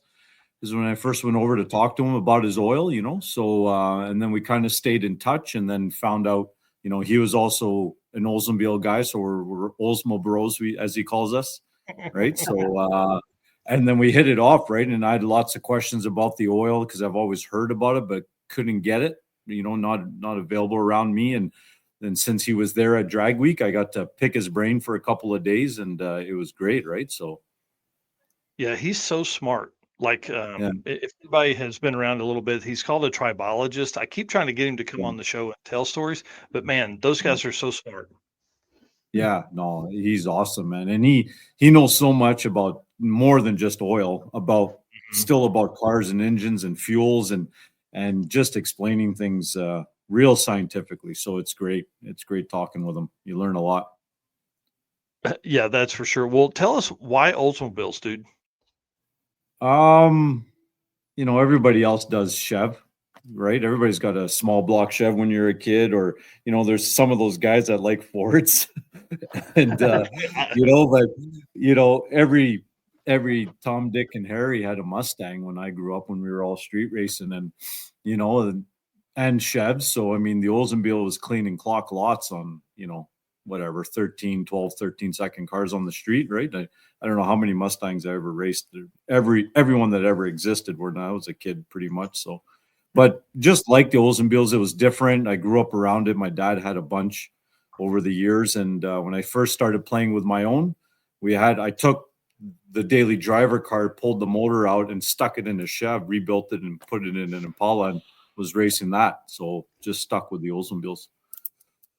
That's awesome. Well, the new one looks great, man. Yeah. No, this is awesome. This one. Danny Fatka here with a question. How many pounds did you save lightening the hood and the trunk? What else did you lighten? Acid dip. I see his comment. I wish I could have acid dip it. I never have enough time. There's way more to do to the car. But like now, I've been thrashing to right now. I'm in my Carhartts, and I've been working every day on this car to get it going because I got to leave early. But to answer his question, I mean, the car's still 3,800 pounds with me in it. So it's not, I guess that's light if you consider, I don't know how much I've taken off the car, probably a couple 100 pounds over the years slowly. Brakes. The brakes could be lighter. I don't have anything fancy, just kind of a average brake. I don't have any TBMs or anything super cool, but the trunk is steel now. I had a fiberglass trunk the first year at Sick Week to lighten the car, but drag week, you can't run it in street race big block power adder. You have to have steel. So I put the steel back on. Hey, Chris. I see Chris is up watching. So I'd go back and forth to the fiberglass. The fiberglass was about 7 pounds, I think, compared to 55-ish for steel for the factory trunk. So it's quite a bit of weight. Yeah. But I got a steel one back on it now. I like having the lock because every night at the hotel, I'd have to take everything out of the trunk, put it in the car so nobody would steal it. It was just a fiberglass trunk, no latch on it. And all the nitrous bottles and all the tools were in there. So then in the morning, put it all back in the trunk, drive to the track, take it all back out. It was getting annoying, so I just put a steel trunk back on it. So yeah, no thanks. Yeah, for the 48 pounds, I think I would definitely do that too. Yeah, it helps with the launch too. It puts a little extra weight on the back end, so it helps. Oh, you mean, hang on? There's a wheelie picture in here somewhere. Hold on. Oh, right there. Look at that. Well, that's the real good one. The real good one is before I put the anti-roll bar on that one at Drag Week. That car's all twisted out of shape. The one on my Facebook page. Yep. So I stole some of these pictures from your Facebook page, obviously, and man, you've had some adventures, dude. You've had some adventures. Oh yeah. Brandon here saying, did you beef up the transmission for the new engine? Yeah, about 3/4 of the way. There's still a bit more to do to it. This tranny I built 2 years ago on purpose for this engine. So I wanted to get another tranny before my tranny guy, just disappears one day. He's been doing it forever. So I had him pre-build it and for this thing. So yeah, I still need to do a little bit to it, but it's there, and we'll go to see about the converter once we run the car to see what we're going to do for a converter. It should be pretty close as what we set it up for. Right. Nice. Well, tell us the backstory on this car. Like, why this car? Where did it come from? How long you had? Well, it's kind of like I wasn't planning this car. I have many 67 Oldsmobiles. My first one I ever got, not my first Oldsmobile, my first 67. I still have it. It's behind me in the garage here, and that's the one I've always been racing and doing stuff. And then I bought another one that's kind of going to be like a show queen, pretty car. I'm not going to drag race it, just having a nice clean car. But and then I bought a bunch of parts cars. And one day I had another yellow one just like this, but it was fuel injected 330 white top, really nice car, which I bought by accident on eBay one day in Utah. Yeah, that kind of went sideways, and I ended up buying a car. And so I sold that in 09. I shouldn't have. That's actually a car. I was thinking about it when I was on Adam Dory's podcast. He asked me if I ever regretted getting rid of a car, and I kind of forgot about that one because I've had so many. But I regret selling it because it would have turned into this drag and drive car. Really, it was so clean and ready to go. Like besides the power plant, it would have been the car to go. This one's a bit rough on the outside. It's a really clean chassis and everything and floors, but it's the body paint sucks on this, but it's part of its charm, I guess. So one day I was just cruising an Oldsmobile forum, and I go into the ads looking for parts because it's really hard to find 67 parts. They don't reproduce a lot. And I found an ad that was old that they had one for sale with a parts car with it. And it was still available. And after like a year, and I thought that was weird. So I wrote the lady, and she sent me like right away, like 60 pictures or more of the car. Wow. Okay. Her father had passed away, and he was the biggest 67 Oldsmobile nut in the world. Yeah, he had health problems and he passed away, but he had a lot of them. I thought I had lots of stuff. He had garages and warehouses and basements and like 7 cars, like tons. So she needed to get rid of some of the stuff and clean up. And anyways, it was in West Virginia is where the car was, and the parts. So at least it's close. At least it's close to your house. Well, no, I flew. So I was in the Yukon, and then so I flew to my parents' place in Quebec, where I'm been coming in and out of, and then I flew down to West Virginia to go look at them, and then it wasn't running. It had like a rod bearing, some kind of engine problem. He was going to swap engines. He never did. So the car was all together just with a bum engine. And anyways, long story short, I ended up buying the car, and I had to do 2 trips back into Canada towing the parts to car first, which I didn't have a title or anything for. And at the border, they wouldn't let me bring it in because it wasn't scrap. So I had to turn around in middle of nowhere, New York. I found a welding shop open like for 20 more minutes on a Saturday. And I'm like, and I was on a U-Haul trailer, and I'm like, dude, I'll put a block of wood. I need you to cut this up, cut the frame on the front, which was a shame. The only reason I did it, there was a little bit of rust, probably could have been fixed. So I chopped it at the firewall of the frame, the car in 2 pieces on the trailer. And I went back to the border and said, look, it's a parts car. And they let me into Canada. It was a shame. So I had to cut up a car. And again, it was like December and cold and winter. And so then I went back the next day all the way to West Virginia and picked up this car and brought it back, and then decided to get into drag and drive. This was right before COVID happened. 2019 is when I did all this. Just because my other 67 would need too much work to pass tech. Because I only raced that thing on the street. I never went to the track except for tuning, So, so I started with a better foundation. That's what this car is, So, but I had to wait till 22 to go do it, to go do the first one. So, man, that's wild. Yeah. Well, this question here kind of leads us into the next topic here. What was your first drag and drive times, and what's your current PB? What was my first drag and drive times? Is that what you said? Yeah. Yep. Well, it was this car with the motor in my maroon, my first Oldsmobile. I stuck that power plant in it because it was plug and play. So that car, I think I was running, I started off at around 10.8, I think, right off the bat. And then every drag and drive I did, I improved. I think I can't remember. Midwest Drags was the next one. It was like 10.6. Then I went like a 10.4 and then a 10.1. I think I did, 10.4. And then I changed the engine. Same transmission, same diff. And then I went to 10.1 and 10.0s. That was like for 7 drag and drives. I was going into the 9s, which I was inserted for until last year. So the car would go like 990 something, and I'd slow it down to 10.0. And then I got a cage last year, and then 990s. The best was a 963 at Valdosta last year at Sick Week. But I had turned the car down because I knew the air was so good, and I was in the pro DYO, right? I was fighting for first, second, third, and I knew right off the bat the car would go too fast, so I pulled out like a degree of timing, and it still went a tenth too quick right off the bat.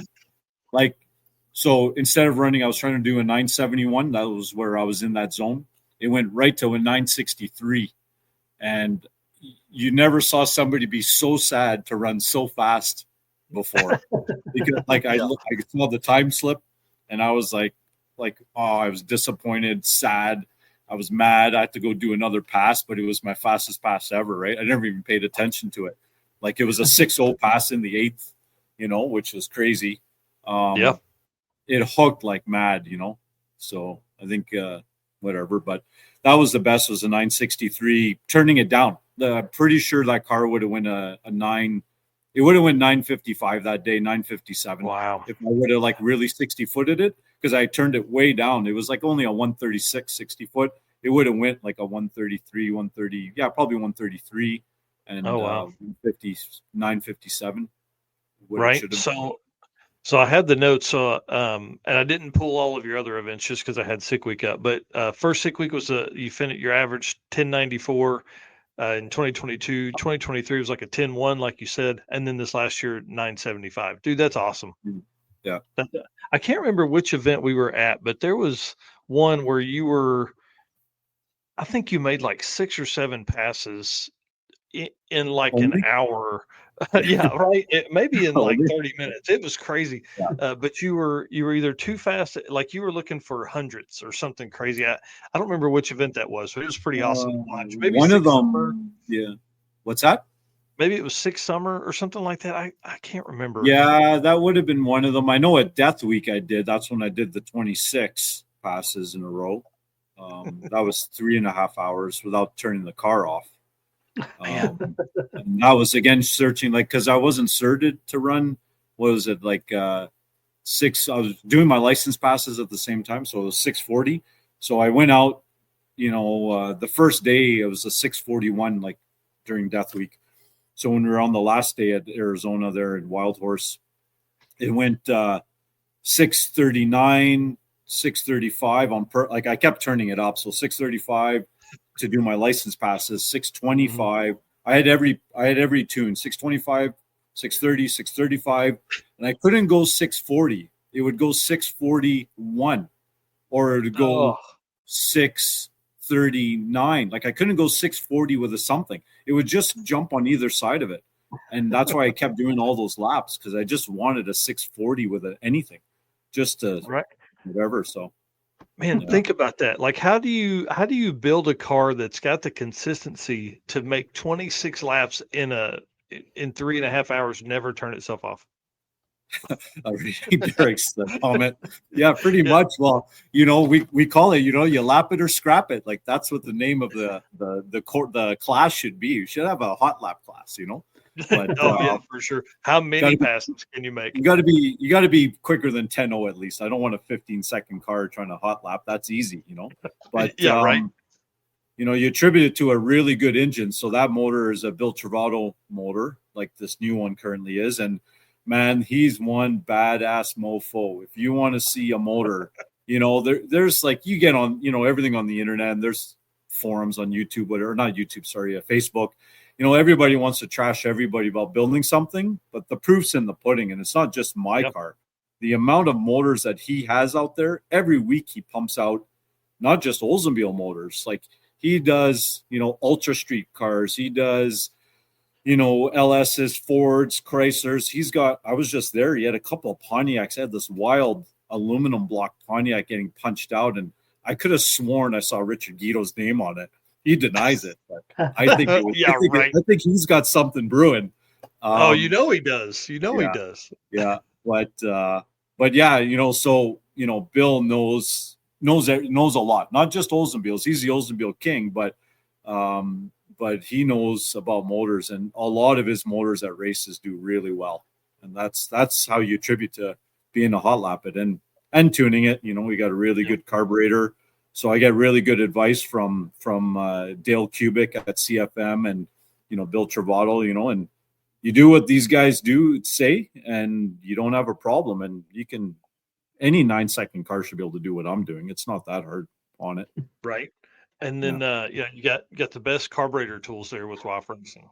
Yeah, that's been the game changer. It's actually I'm setting up for sick week, right? And I haven't been taking good pictures and stuff because I've been working a bunch on the car, but I've just reorganizing all my jets and all my bleeds, and his kit's so much more compact and way better than me carrying these two big old plastic carrying cases, and the lids break open. And no, his stuff is it's way cooler.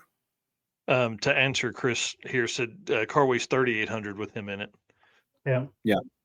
3820 or whatever. And then Emily here saying, are you going to the Louisiana Lap It or Scrap It competition at the end of February? Yeah, we should. I should go. Right. And then I want to talk about this for a second. So Ed Hohenberg asking about Pro DYO. So that was kind of the move, right? You were in DYO for your first couple of years. Now you're in the 9s. Yeah. How did you make that jump from low 10s to 9s? Like you had nitrous on the car. You talked about that a little bit. Like, have you gone up or has it always been a nitrous motor, or what's kind of been the progression? Since the Dragon drives, yeah, it has been. I never did before. So when I first wanted to get into it, I entered Drag Week 21 and I couldn't get across the border. COVID was still going on, and you had to have a good excuse to get into the States, and they refused me at the border. But I was looking at it, and I saw that, like, to get into the Street Machine Eliminator, you had to be top 32. You had to be like 1050 back then. Like if you were any slower. So, I had to put nitrous. So that other motor, I had a 200 shot on it, and that was about the limit. And, I was running that 10.8, 10.7s, whatever, when I did get to sick week. But yeah, that's the first time I started doing all that. So it's been nitrous ever since. But lately, it's only been since I put that Bill Travato motor in, it's only been 125 shot for the last 9 Dragon drives. So, yeah. Wow. It's just tuning it. Like I went basically from a 10.3 to a 960, and that's only tuning, not putting more nitrous to it, tuning the suspension better, the tires and the carburetor, and just getting it more and more dialed, just shaving thousandths off of the car, with the 60 foot, and pays off. Yeah. So what's the next step? What's the plan for the car? Well, you might have saw some pictures already here and there. So got the new motor. It's been 2 years in the making. We're basically waiting for parts. The block. The block took the longest, almost 18 months to get. Now, then when it showed up, the next one was the crank. That was I think 11-month wait. They said they put me on the list. So January, I put a deposit down in January 24 for the crank. And then in June or July, they called and said it's ready. So all of a sudden, it just accelerated everything. And then the plan to have the motor ready for sick week 25 became a reality. Yeah. And, wow. Man, that's I've been thrashing on it. And I started the car 4 hours ago. So. Dude, enough time. That's just enough time. So yeah. are you in Quebec right now, or are you in the Yukon? Yeah. No, I'm in Quebec. I was out west. I went for work and I came back for this. Like, priorities, got to get the car ready, like some we have some friends, like, won't mention names, like Blasco, that are twiddling their thumbs and, going around gallivanting to, helping friends with trucks and getting airplanes and all that other stupid stuff instead of working on his car. But yeah. Well, he's going to pay for that if he doesn't bring that car down to sick week. Well, I think him and there's some bets going on that he might not show up. I think you can get in on that. There's $100 that he won't show. So, oh man, ouch! I don't know if I want to take that bet, but I may have to. Yeah. Well, I know you talked on it. Right. Yeah. I know you talked about it a little bit ago, but what are some of the other cars that you have? 67 Oldsmobiles. Is there any other car to have? No. I mean, over the years I've had others. I mean, that's pretty much what I got now. Like I had a couple of first two cars were 272 Oldsmobiles. and then I sold those for the 67.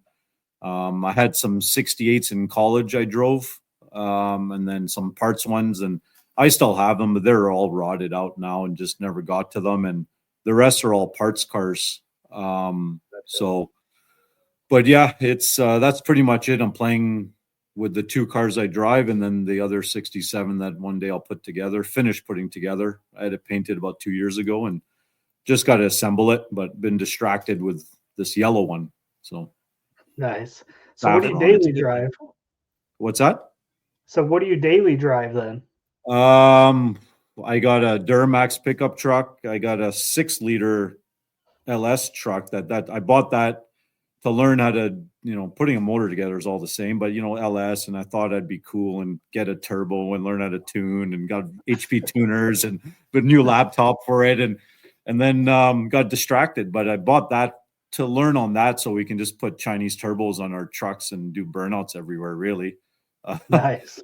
Like go figure. And then I also got you and burnouts. Yeah, go figure.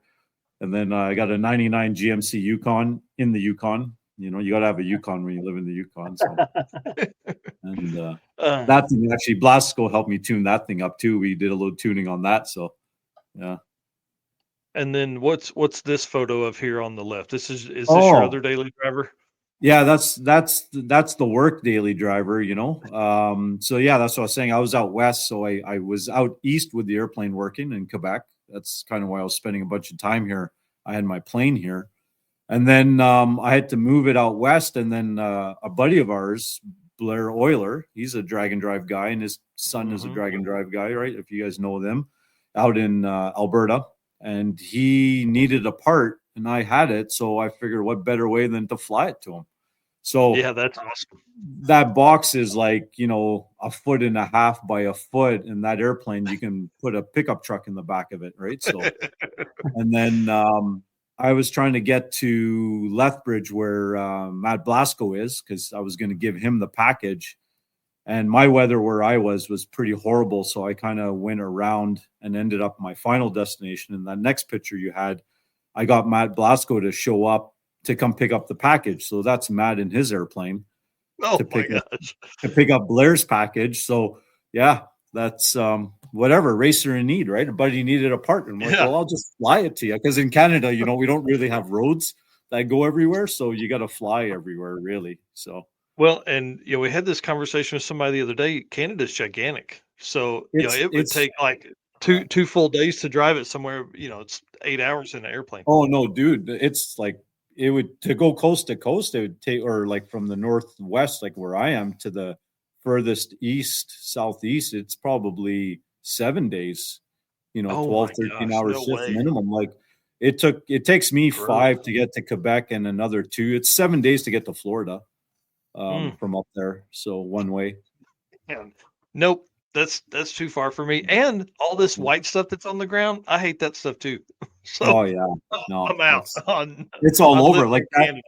Yeah, that's out west, and where I am now, it's all snow covered and salt covered. Really, that's the worst. At least there's no salt there, but yeah. Man, that's crazy. Well, let us thank Performabuilt. Or hang on, sorry, I want to talk about Bradenton before we jump into the Performabuilt last segment here. You're going to Bradenton next week, right? Yeah. For the street match, you're going to be in there. Yeah, that's right. Yeah, what car and class are you crewing with down there? Because I'm gonna come hang out with you. With Bill Travato in Ultra Street.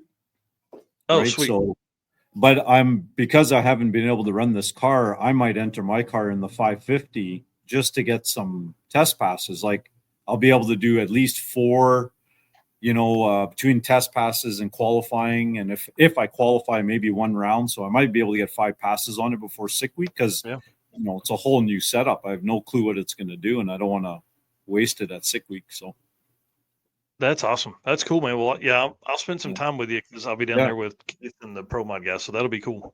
Yeah. I'm hoping to get some testing in before. Like I'm leaving Saturday, so I'm hoping Monday or Tuesday somewhere in Florida, wherever all the testing is, or I know Mickey Thompson's got something. Because I won't be able to do the Saturday, Sunday that sick week's doing at South Georgia because I'll be in Bradenton. So I was hoping to find something Monday, Tuesday to test the car at least. Man, that'll be awesome. That'll be. I could see some. I think there's probably going to be some drag and drive racers down there testing at Bradenton early in the week. I hope, anyways. So I can see you guys. We're going to fly in on Tuesday, so I should be there Tuesday afternoon or evening, something like that. So are you spending the weekend? Are you spending the whole event there, like till Sunday, or just? Yeah. So I mean, it's more information anybody here needs, but I'll be following Keith Haney around. Like I'm going to basically do a documentary of their pro mod trip for the Street Nats. So it's kind of exciting to do that. Yeah, it's going to be kind of fun to be able to be on the line with, I mean, we're looking at like this may be the best pro mod race in history. So it's going to be pretty intense. Well, I was there at Snowbirds, and that was wild. Like, oh man, 64 cars, like holy, for pro mods, I mean, and it was wild to watch. Yep. So Keith Goolsby is a good friend, and he races with the Midwest Series, and he was the third place car when he made his pass. He was the first one to really make that barrier drop in round 4, and he was third after his pass with a 362, and then by the time they got done with that, he was in 17th place. Like, bro, what the heck? So. Yeah, pretty crazy. All right, Eric, do you want to do the Performer Built part, and then we'll move on with the rest of the night. Yep, we'll do. As we talked about earlier, Performer Built's Transmissions has moved from a new sponsor to the show sponsor. So Performer Built is the official transmission builder of the Drag Drive Repeat Show. At Performer Built Transmissions, the goal is to engineer and build the toughest transmissions on the planet. Performer Built doesn't just rebuild transmissions, they systematically re-engineer each model to eliminate OEM flaws and to achieve the highest levels of performance.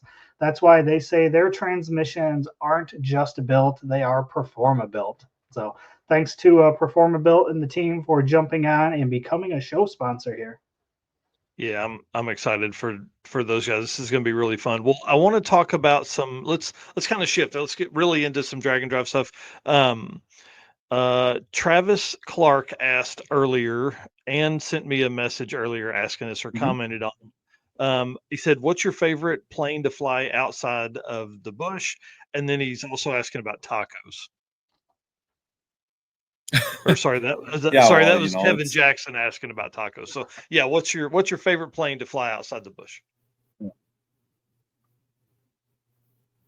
Well, I also had a Dornier 228, which is like it's kind of best of both worlds. You can go in the bush with it. It's fast, it's sleek, it's pretty badass.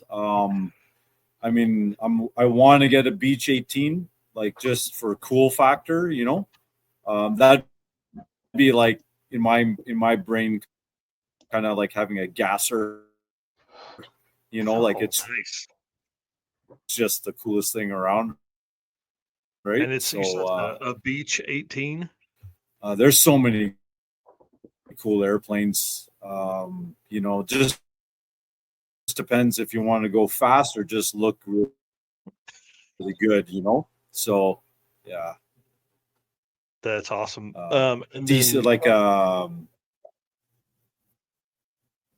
Beach 18, it's a twin radial, twin tail dragger, twin fin, and it just sounds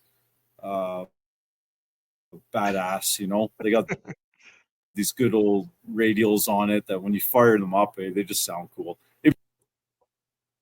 I haven't done any research on planes, but I don't need a new hobby. Sorry, so what was that? Stay away from it. I think he's got a little bit of a delay there. Yeah. Hang on, we'll let it catch up real quick. Maybe. There we go. And then Kevin Jackson is asking, of all the places you've eaten tacos, what's your favorite place to eat tacos? All planes are expensive. Yeah, he does have a little bit of a delay there. Yeah.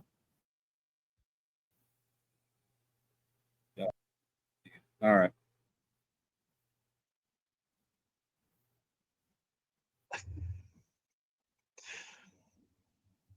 Are we caught Oh up? man, I can't remember the names, but yeah, you guys got me now, or We're good.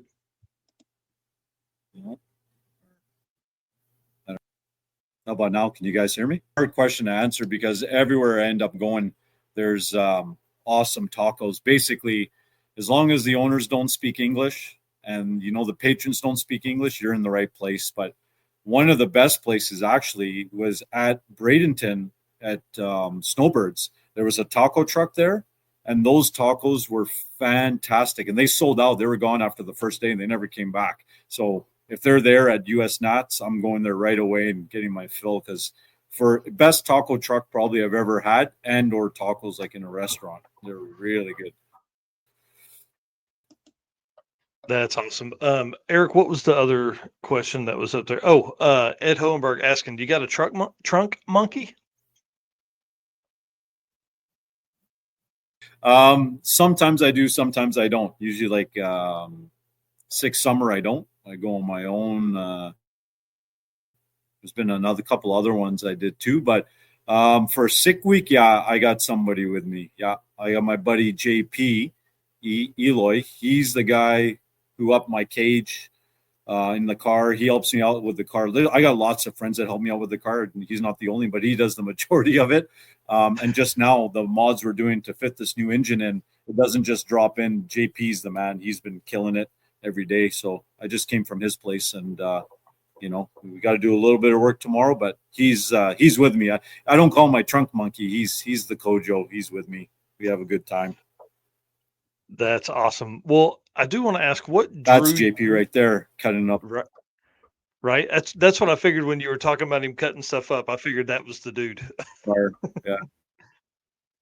What drew you to the drag and drive community? I mean, you've always been a car guy, but what made you want to do this? Yeah, that's the dude. Yeah.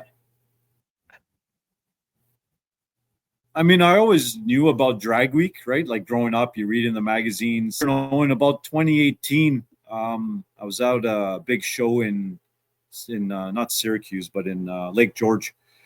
And it was about the same time Drag Week was happening, and it wasn't very far away.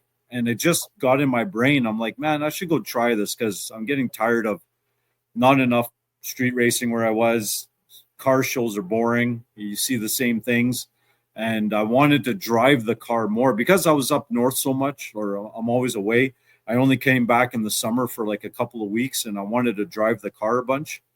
And I figured, what better way than to spend a whole week driving the car and to get to go to a track, because I love going to tracks or going to seeing any type of racing, street or track or whatever. So I said, it's probably the best of both worlds. It's like, and it made sense. And when I finally did it, it's stupidly addictive. It's like, it's not just putting the needle in one arm, it's putting them in both your arms and both your legs. Because if people who haven't done a drag and drive yet, and I know people get shy and they think, I kind of thought the same thing. It was only for the big, super fast guys, and, didn't realize actually there was cars slower than 11 seconds.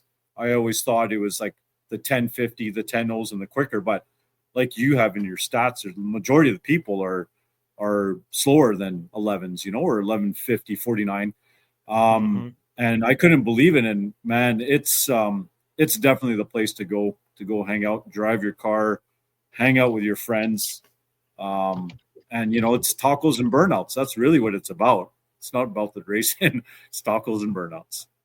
There you go. That is for sure. Yeah. How many events have you done total now? Let me see. It would have been. I'm trying to remember if this will be 12 racing in with Sick Week 25 and 13 here to Drag Week this year, or 24. So I wasn't racing my car. I was just I was there helping out wherever they needed to. So yeah, I think it's 12, 13. Man, that's awesome. Since 22. So yeah, that's what I was gonna say. And to consider that you literally started this 3 years ago. Sick Week 2022 was your first time to do it, and now you've put more than 70,000 miles on your body and cars to get to and from events. Oh yeah. The only one The only one I tow it to is sick week, just because it's the time of year and the snow and the salt and all that junk. But all the other ones, I drive it. I drive the car, like, Six Summer, Midwest Drags, whatever. Yeah. Rocky Mountain Race Week, that's actually a really cool event. Rocky Yeah. Mountain Race Week, or at least when it was in Colorado and all that stuff, right? So I haven't been to the 1.0s yet. So Well, what about are you going to do Mega Week, you think? I don't think I have time with my work schedule. I really, really wanted to, and then I thought about it, and because I actually really enjoy that event. Matt and June are fantastic, and I think the way they do their drag and drive is different than any other drag and drive, and I really like it. Plus the people and all the stuff, but I just don't think the timing is going to work for me. I wish if it was in September, October, I definitely would have done it. But yeah. Yeah, I was gonna say summertime in the north, you probably gotta hustle. Gotta get that work in. Yeah, that's we gotta make hay when the sun shines, and that's the majority of the time, so it's a little bit harder. I still do like Six Summer and whatever. I haven't been able to do Midwest Drags in 2 years. I've been registered, paid for, but again, something popped up with work, because we're charter, so there's something, but everything else is charter. So somebody calls me up for work, I go to work. So yeah. That's interesting. Scott Haynes asked, how did you get connected with Bill Travato? Oh, well, that was actually after Midwest Drags. On the way back, I always knew about Bill Travato. Again, like, he's this icon in Oldsmobiles. I have his books, and you read about him all years ago. That name stands out. Never thought I'd be able to meet him. And then when we were coming back with my buddy, my buddy's coming to a sick ward with a 55 Chev. I was with him, and I didn't tell him where we're going. I just said, hey, I got to go stop off and see this guy. And I don't know how I figured it out where he was, because he doesn't have signs out in front of his shop. He doesn't advertise it. He's got nothing. And I needed some intake gaskets for my motor, or to have spares, because I was going to swap intakes and do a couple of experiments. So I just showed up and walked in his shop, and he's like, well, who the hell are you? I'm like, well, I need some intake gaskets. Like, just walk into, like, you're going to Summit Racing. And, started talking to him there. And I'm pretty sure, like, I'm sure you can carry guns in New York State like you can in lots of places in the States. I'm pretty sure he was ready to pull out a gun on me, because, I never met him. I talked to him once or twice, probably 10 years ago. Again, same thing. I think I bought a couple of things from him, but never met him. So that's how I introduced myself to him, bought some parts from him, and then kept calling and hanging around, and then talked about getting a motor from him. Originally was going to do a turbo motor. But then, I came to my senses again and said, no, I'll just stick with nitrous. That's better. And and just went down that path with him. So, because, I get lots of insight from him, because he's done it forever, with nitrous. I think probably for him too, like, I would think it would be fun, because now he's trying to figure out probably a whole different setup of engine build, going from like race cars and fast stuff to drag and drive stuff. Now it's got to survive. Yeah. So he's, that's the thing, is he builds full on race motors, and then he builds full on street car motors, which, the average guy, maybe they go to a track once in a blue moon, they put it in a restoration. It's the same motor that I've been running. Like, my motor's no different than the guy who puts it in a show car, like, at all. The same combo, same setup. He's got like cookie cutter. He's like, do you want 500 horse, 550, or whatever, 400, all the way up? He's got like 6 combos of the same setup, but I just happen to have one of them. It's nothing exotic. Mine is the regular street restoration 442 engine is what I was running. Right. So that's cool. But I've been pushing it harder than any of his other customers are doing, with between the burnouts, the driving, the racing, the nitrous on top of it. For I think I have 300 plus passes on that motor, and there's like 295 of them with nitrous, like 5 of them without, maybe 4. Yeah, I don't think I've really run that motor without nitrous ever.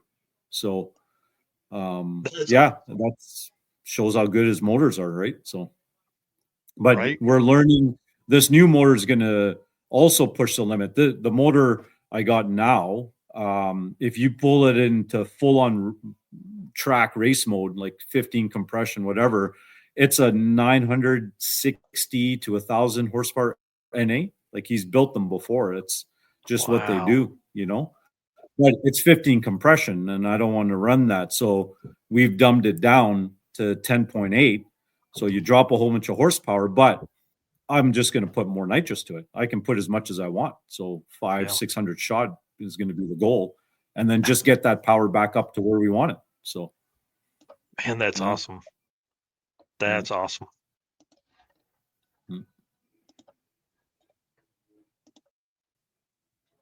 Yeah, bucket list mob saying the burnouts, and the burnouts. That's for sure. Well, what's the plan Burnouts for are fun. 2025? Yeah, what's the plan for 2025? Well, for sure, sick week. And then I wanted to do, this is going to get a little tricky because, you know, Tom keeps coming up with fabulous events. And when I saw that he had, you know, 4 events for this year, that was like, man, you know, you're definitely going to make me go broke. I got to find a different way to make more money because I want to do them all. Like I'm going to obviously try to do 6. I'm registered 6 summer. Going to register and get that in for try to defend my title, right? Just because for Pro DYO. 6 Smokies for sure, because that drive is going to be incredible. Like when Chris and Lily and I drove back from 666, we went kind of a long way back. Instead of going direct back to Tennessee where they live, I was going that way. We went down way into Texas and back up and around. Excuse me. And man, we found some killer roads. And then I've never been on Tail of the Dragon. I got a motorbike and I've always wanted to do it and never had the chance. So to be able to do it with the car, I think is going to be great. So 6 Smokies and the Michigan Miles one, like, I don't know, like, again, I kind of support the mag lifestyle and their events. I've been there since the beginning. So, and I've been to pretty much I have been to every one of their Dragon drives, not their other events. And I wanted to do a couple of like kind of no prep stuff. Like Rich Guido went last year to Jimmy Dale's small target gangster, I think they call it, and down in Yellow Belly. And I want to go do that. Again, we'll see what timing because the circuit, you know, I might go as a co-pilot. I actually want to go as a co-pilot to a couple of events. A little bit different than being the driver. I like doing the setup. You know me, I like being on the start line. I like, you know, setting up a car, tuning a car. To me, that's just as satisfying as driving the car and getting the number. Like I like tuning it, getting the number, and then proving the science, proving the math. We'd love to have you at the circuit for sure. Yeah, I've been talking to Chris about it, and if I can go with him, I'll go with him. If I can bring my car, I'd bring my car. On top of it, you know. So try to go to Jimmy Dale's thing. Tom's got a couple of events where Bill might be going to, and I crew with Bill. I'm one of his crew members. So Rockingham and Rockingham's the same time as Yellow Belly in April. That's why. And then what's the other one? Is that Bowling Green? Yep. You know, this sick taking over was an MCA. You know, Tom's putting together a couple of things and they've announced those 2, and I don't know what else they got on the list planned. I think they're going to start with those. So I'll be at those events. I won't be racing, but you never know. You never know where I'm going to show up with the car. Right. Somebody may need a driver mod. Yeah. So I'll be everywhere. That's awesome. Well, man, listen, we're like right at time here, and I can't wait to hang out with you. Couple days, man. We'll see each other next week. Hopefully, I'm excited. Yeah. And then all of sick week. So I'll see you Yeah. for like 10 days. Dude, you're going to get tired of me. I'm telling you. Oh, no, man. It's all good. I enjoy it. Yeah, we have a blast, dude. You're always one of the most welcoming folks I think we have in drag and drive, and I think that's what's really cool. I mean, obviously, we gave you ambassador, one of the ambassador trophies Yeah. this year. And you really embody the drag and drive culture. I mean, like you said, you've bought in. You live the sick lifestyle. You're out there. You're doing stuff. You're driving your car all the time. You know, Yeah. you're welcoming. People ask. You're open about it and all that kind of stuff. So that's really cool, man. Yeah, we got to get more people in it. We just turned the whole world. Like drag and drive has totally turned a corner. I think like 22. I don't, Sick Week's probably the catalyst to it, because man, has it exploded. Like you went from 2, 5, 12 to 40, right? Like just Right. overnight. It's awesome. You know? That's exactly right. Everybody it's been should be doing really it. fun to Really. watch. Oh yeah, it's streetcar stuff, man. It's streetcars. Like that's what we're supposed to do with these cars. Drive them on the street and have fun with them. All right, Rovic. Where else you can Thank see? you. Yeah, right. Well, hey, listen, I hate to kick you out. You're more welcome to hang out backstage. We're going to talk to some guys at with another podcast real quick, and then Derek is still backstage as well, so I'm sure we're all going to hang out. You're more than welcome to, but I know you're wrenching on the car too, so don't feel like you got to. Yeah, no problem. I'm going to be hanging out listening. So, all right, man. Thanks again. I really appreciate it. And guys, listen, if you haven't done it, go follow Rajveer Ahuja on Facebook, and he's one of the coolest people you'll meet. That is for awesome. sure. Thanks a lot, guys. See you, man. All right, buddy. See you soon. See ya. Man, how fun. I'm telling you, that guy, I say it about most folks that come on here, but he's one of my favorite folks in Drag and Drive. That is for sure. Yeah, I like him a bunch. Well, the guys that are coming on next, this is a fun one. So, highly recommend this to any podcasters that are out there. Here's the deal. I'll tell you this much. Eric and I are busy as hell, right? We're always we're literally thinking about this show or the news or what to post on our own page, all that kind of stuff. Obviously with this, we focus 100% on drag and drive racing and racers and all that kind of stuff. But there are a ton of other automotive podcasts that are out there. And so if you are an automotive podcaster, and we got to do a better job about this as well, reach out to other automotive podcasters and ask, hey, what do you guys talk about? I've listened to these guys a few times, obviously since the conversation, but they message asking, hey, can we kind of have a little bit of conversation on your show? You guys come on our show, have a little bit of conversation. I feel like as smaller YouTuber podcasters, this is the way we're going to grow to that next level for everybody. So I want to bring on the guys, Josh and Jordan from Cars and Health Bars. Super cool name. Dig the name a lot. So guys, why don't you introduce yourselves and tell them kind of like, what the podcast is about and what you guys talk about and all that kind of stuff. Oh, Josh, you're muted. My bad. Yeah, my name is Josh Brown. We have the Cars and Health Bars podcast. We're proudly based out of Bowling Green, Kentucky, of course, home of the National Corvette Museum, Corvette City. We take great pride in that, of course, Beach Bend Raceway. And yeah, that's a little bit about me. Jordan, of course, take it away. You're muted also. Oh, it doesn't show he's muted. Maybe wrong sound setting. That's the way it goes for podcasters, man. Well, one of the conversations Josh and I had in email back and forth was, that you guys talk about drag and drive a bunch as well. So, Jordan, if you're ready, introduce yourself, and then we'll talk about some drag and drive stuff. Am I there? Yep. You are there. All right. Sorry.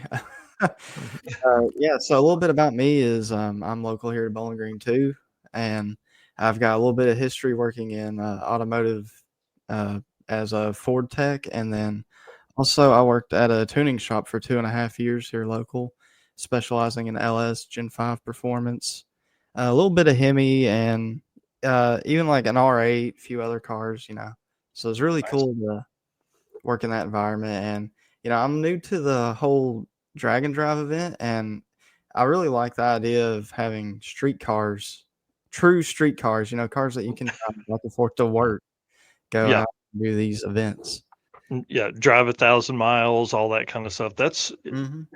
that's the conversation we always have, right? What's a street car, right? Well, we all know what a street car is, a car that can do a drag and drive, no matter if it's Yeah. 300 miles in Yeah. 3 days or 1,300 miles in 7 days. It's about driving it and making passes every day and doing all that fun stuff.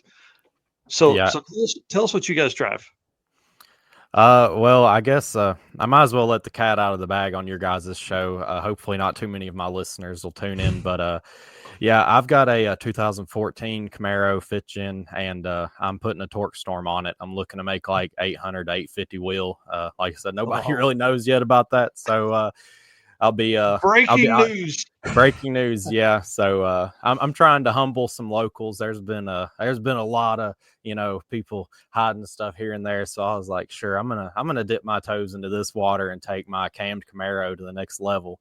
So yeah, I'm hoping to do that. That was my original idea. I've got a 82 Camaro. It was going to be strictly drag and drive. I was going to go twin turbo, like that was going to be my drag and drive car, and I just couldn't pass up this deal in this torque storm. So that just ended up being the route that I took. So I guess now powertrain is going to be my issue. My axles, if my drive shaft don't, are going to be shattered. So yeah, hopefully we can at least attend some this year if I'm not able to support my power by then. Yeah, I was going to say traction is what kills axles. So, absolutely. Just put shitty tires on, do burnouts like like Rovic, you're set, dude. It doesn't help you at the track, but it sure makes for fun driving around. Absolutely. A little bit about me is I also have a fifth gen Camaro, 2010 6-speed car, and nice. Recently, actually, I blew it up. Piston number 7 just decided to exit the chat and took my block out with it. So nice. I'm currently building a 416 stroker. It's a LSA block, fully forged rotating assembly. I'm really waiting on BTR's heads to come out. I really want to slap them on there, the new LS3 heads. And I got an LSA to go on top of it too. So I'm just kind of waiting to see about these heads. I'm really interested in them. That's awesome. I got a 83 C10 as well. It's kind of been on the back burner. I got it as a roller. I slapped a 350, turbo 350 in it. A heads cam, just a basic build. Mm-hmm. And I'm planning on the LS swapping it. The plan was originally to take the LS3 out of my Camaro and throw it in that. Maybe single you ruined turbo. That, didn't you? Yeah. It's crazy how plans change. Dude, it's the way it always works, man. So it always works. It's always like, oh, I'll upgrade the Camaro and then I can use that setup in this, and then leaned on it. And life happens. Yeah. Welcome to you guys look like young guys. Welcome to building cars. Yeah. Well, that's do what? I was gonna say we have a block across the street that a buddy of mine helps with that. We knocked the bottom of the block off similar, but we JB welded it back together, and it actually runs on an engine stand.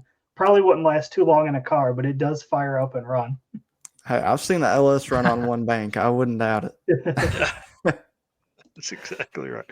So what do you guys talk about on your podcast? Tell everybody a little bit about what you guys talk about. Well, we do cover quite a bit of local happenings. One thing that I think we I wouldn't say we specialize in, but it's a cool format that I kind of came up with, is we would go to these cars and coffees. NCM, National Corvette Museum, they have a cars and coffee once every month at the end of the month. And so basically what we will do is we'll go to these events, chat, everything like that. And as we're going around, we snap photos of these cars, and we'll do like a March Madness style bracket where we according to us, and hopefully one day our fans will do it like live, but we pick, who wins this round, and then we have like a final of like best in show according to us. And man, it's a lot of fun. We almost have enough at this point to do like a championship bracket of like all of last year. Oh yeah, you got to do that. You got to have the champions versus the champions. You know what I mean? It's just so cool to you never know who's going to win. I mean, we shuffle them up real well. I mean, there could be two finalists going against each other in the first round. And awesome. That's one thing we do a lot of. But other than that, we cover a lot of just automotive news. We live really close to BTR. Love to cover his stuff. He's always coming out with new products, and we work close with him. And we were at PRI this year. Of course, we did a lot of coverage at PRI and all the happenings in the industry. And definitely just a mixed mixed amount of all automotive news and happenings, I would That's say. cool. Next time you're in BTR, tell Paul we said what's up.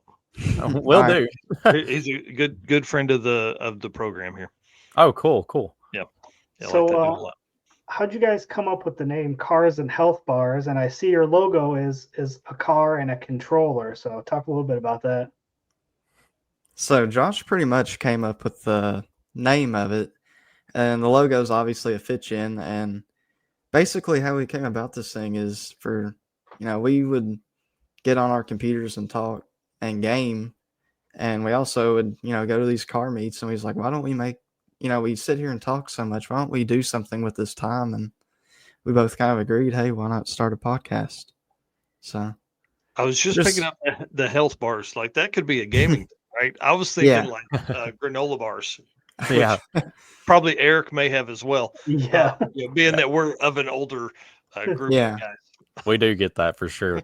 But yeah, we noticed there was so much of an overlap between like people who were into like it'd just be crazy. We'd be at a car meet and like, it doesn't have to be car related. I mean, it could be any game variety, but of course sim racing gets brought up a lot, and the older Need for Speed style games, those get talked about a lot. And it's just crazy how much overlap there is between like gamers and car guys. And we even have like some guys on our show who are car guys. Like we do our show kind of a hybrid. We do like half cars. So we do an hour. We'll do 30 minutes about cars and then 30 minutes about gaming. So whether you're into one or the other, you can skip ahead or go forward, kick out whenever you want to. Man, we've had fans that are like, man, I wasn't into video games, but after I, listened to your show and you told me this game, or vice versa, gamers getting into being car guys. It's just really cool to bring those people together. And, it was just something that I felt like the community was missing out on, especially Bowling Green. To my knowledge, there's no other automotive podcast that's in our area. If there is, I don't know about them, and I would love to find out about them. But with us being in Bowling Green, it just seems like a peak area to get a community together and really push out. And like you said, I mean, I guess looping back to the drag and drive stuff, from the beginning, I've been preaching like, hey guys, let's get a drag and drive here in Bowling Green. We've got Beach Bend, we've got Indy, we've got Nashville, we've got all these tracks. Why don't we have drag and drive here? And finally, we did get one. Unfortunately, ironically, I wasn't able to attend because of a conflicting schedule. But I'm just so happy to see one finally come here, and I can't wait for it to be back because it is just it's something I've always wanted to be a part of. It's like you were saying during the beginning, it is the true test of a car, and it really does put those top drag racers on our level of street car guys. So it's kind of like they meet us where we can actually race, and it's just so much fun. And the camaraderie. I mean, I've been watching drag and drive since Rocky Mountain Race Week. That was my dream for my third gen, was to race in Rocky Mountain Race Week. So to see these guys like put everything on the line, their parts, their time, everything to make these treks between these tracks, it's impressive. Oh yeah, that's for sure. Well, how often do you guys drop episodes? Weekly, Friday mornings. Oh, that's awesome. Good way to finish the week. Right. And then, sorry, go ahead, Eric. Where do you guys post them? Facebook, or is it on Spotify? Or Yeah, Spotify, Apple, iHeart, pretty much anywhere you can get a podcast. Yeah. How many That's awesome. episodes have you guys done? Shoot, I don't even know now. I know we've passed 100 by not too many. Okay. We've been doing it for like 2.5 years now, so Yeah. we've been around a little bit. It's just it's been a slow crawl to get traction, but we enjoy doing it. So I mean, that's the main thing. If we're screaming out into the void, that's all good. We just enjoy being podcasters. It's something we've really stuck with us. We were talking about the other day. We're like, man, this has really been something that's stuck. Yeah. Well, the cool thing, and again, you guys are young, you won't get this until you're like my age, just early 40s. But the cool thing about putting out content is that like that content's going to be there, right? So as you get older, as you see all cool stuff, and as things happen, you can be like, hey, I did that. Like, it's not some story that you're telling for 400 times. You know what I mean? It's like, this really happened. You can go back and watch it and look at it. And that's been really cool for me on my side, is having that content from, I've been on YouTube since like 2016. So, almost 10 years now of putting out stuff about cars, building cars, talking about cars, drag and drive stuff. I mean, we've really run the gamut here, and that stuff will always live somewhere. Now whether we ever get rid of YouTube or not, I don't know, but it's going to be there for sure. So that's pretty cool. Well, listen, we're over our time. We typically like to keep this to about 2 hours. So I want to say thank you guys for hanging out. We got we got stuck talking to Raj a little longer All than good. we had allotted. But man, I'm telling you, there's so much. We could have talked to that dude another 2 hours and not even gotten into the story. So that's a guy that's going to be on again. We'd love to have you guys back on and talk about some Yeah. stuff. There are some drag and drives that are coming close to you. So, we always are going to recommend you guys hit one of those for sure. Even if Absolutely. it's, like a regular daily driver, we always recommend hitting that and doing that. And then you said Friday mornings, and it's Cars and Health Bars podcast, guys. Yep, that's us. Yep. Screenshot this and then go find that on your favorite podcast app. Like I told the other guys, if you want to hang out for just a minute, we're going to talk backstage, and then let us close this show down. We'll be back in just a minute. All right. Okay. Sounds good. Thank All you, right, guys. Hey, Thank you thank so you for much. coming on, man. Thank you for your patience too. Mhm. Absolutely. Awesome. Mr. Eric, take us out of here, man. All right, let's do it. All right. So again, we've had great numbers tonight. Tons and tons of comments. Everybody's been checking in, from Derek to Raj to the Cars and Health Bars podcast. So again, appreciate all of you guys, our race car friends, for keeping us going and doing what we love to do here. And of course, we can't do this without all of our sponsors: Summit Racing Equipment, Molly Motorsports, Driven Racing Oil, Car Change 3D, WAF Racing, Performer Built Transmissions, Howard's Cams, Sweet Patina, Racing Junk, and Power Tube TV. And Mike, why don't you give them a sneak peek of what we're going to talk about next week? Oh, do you mean in a few days? We got Mr. Cooper Bogetti going to be on talking about his 2JZ swapped Camaro. It's going to be fun. Going to be really, really cool to do that. I'm really pumped about that and to see all that. So it's going to be really interesting, and I can't wait, man. I'm excited because that's going to kick off like 10 days, 12 days of just absolute crazy coverage. So, all right, guys, we'll see you soon. Yeah, see you in a couple days. Bye. See ya. Awesome.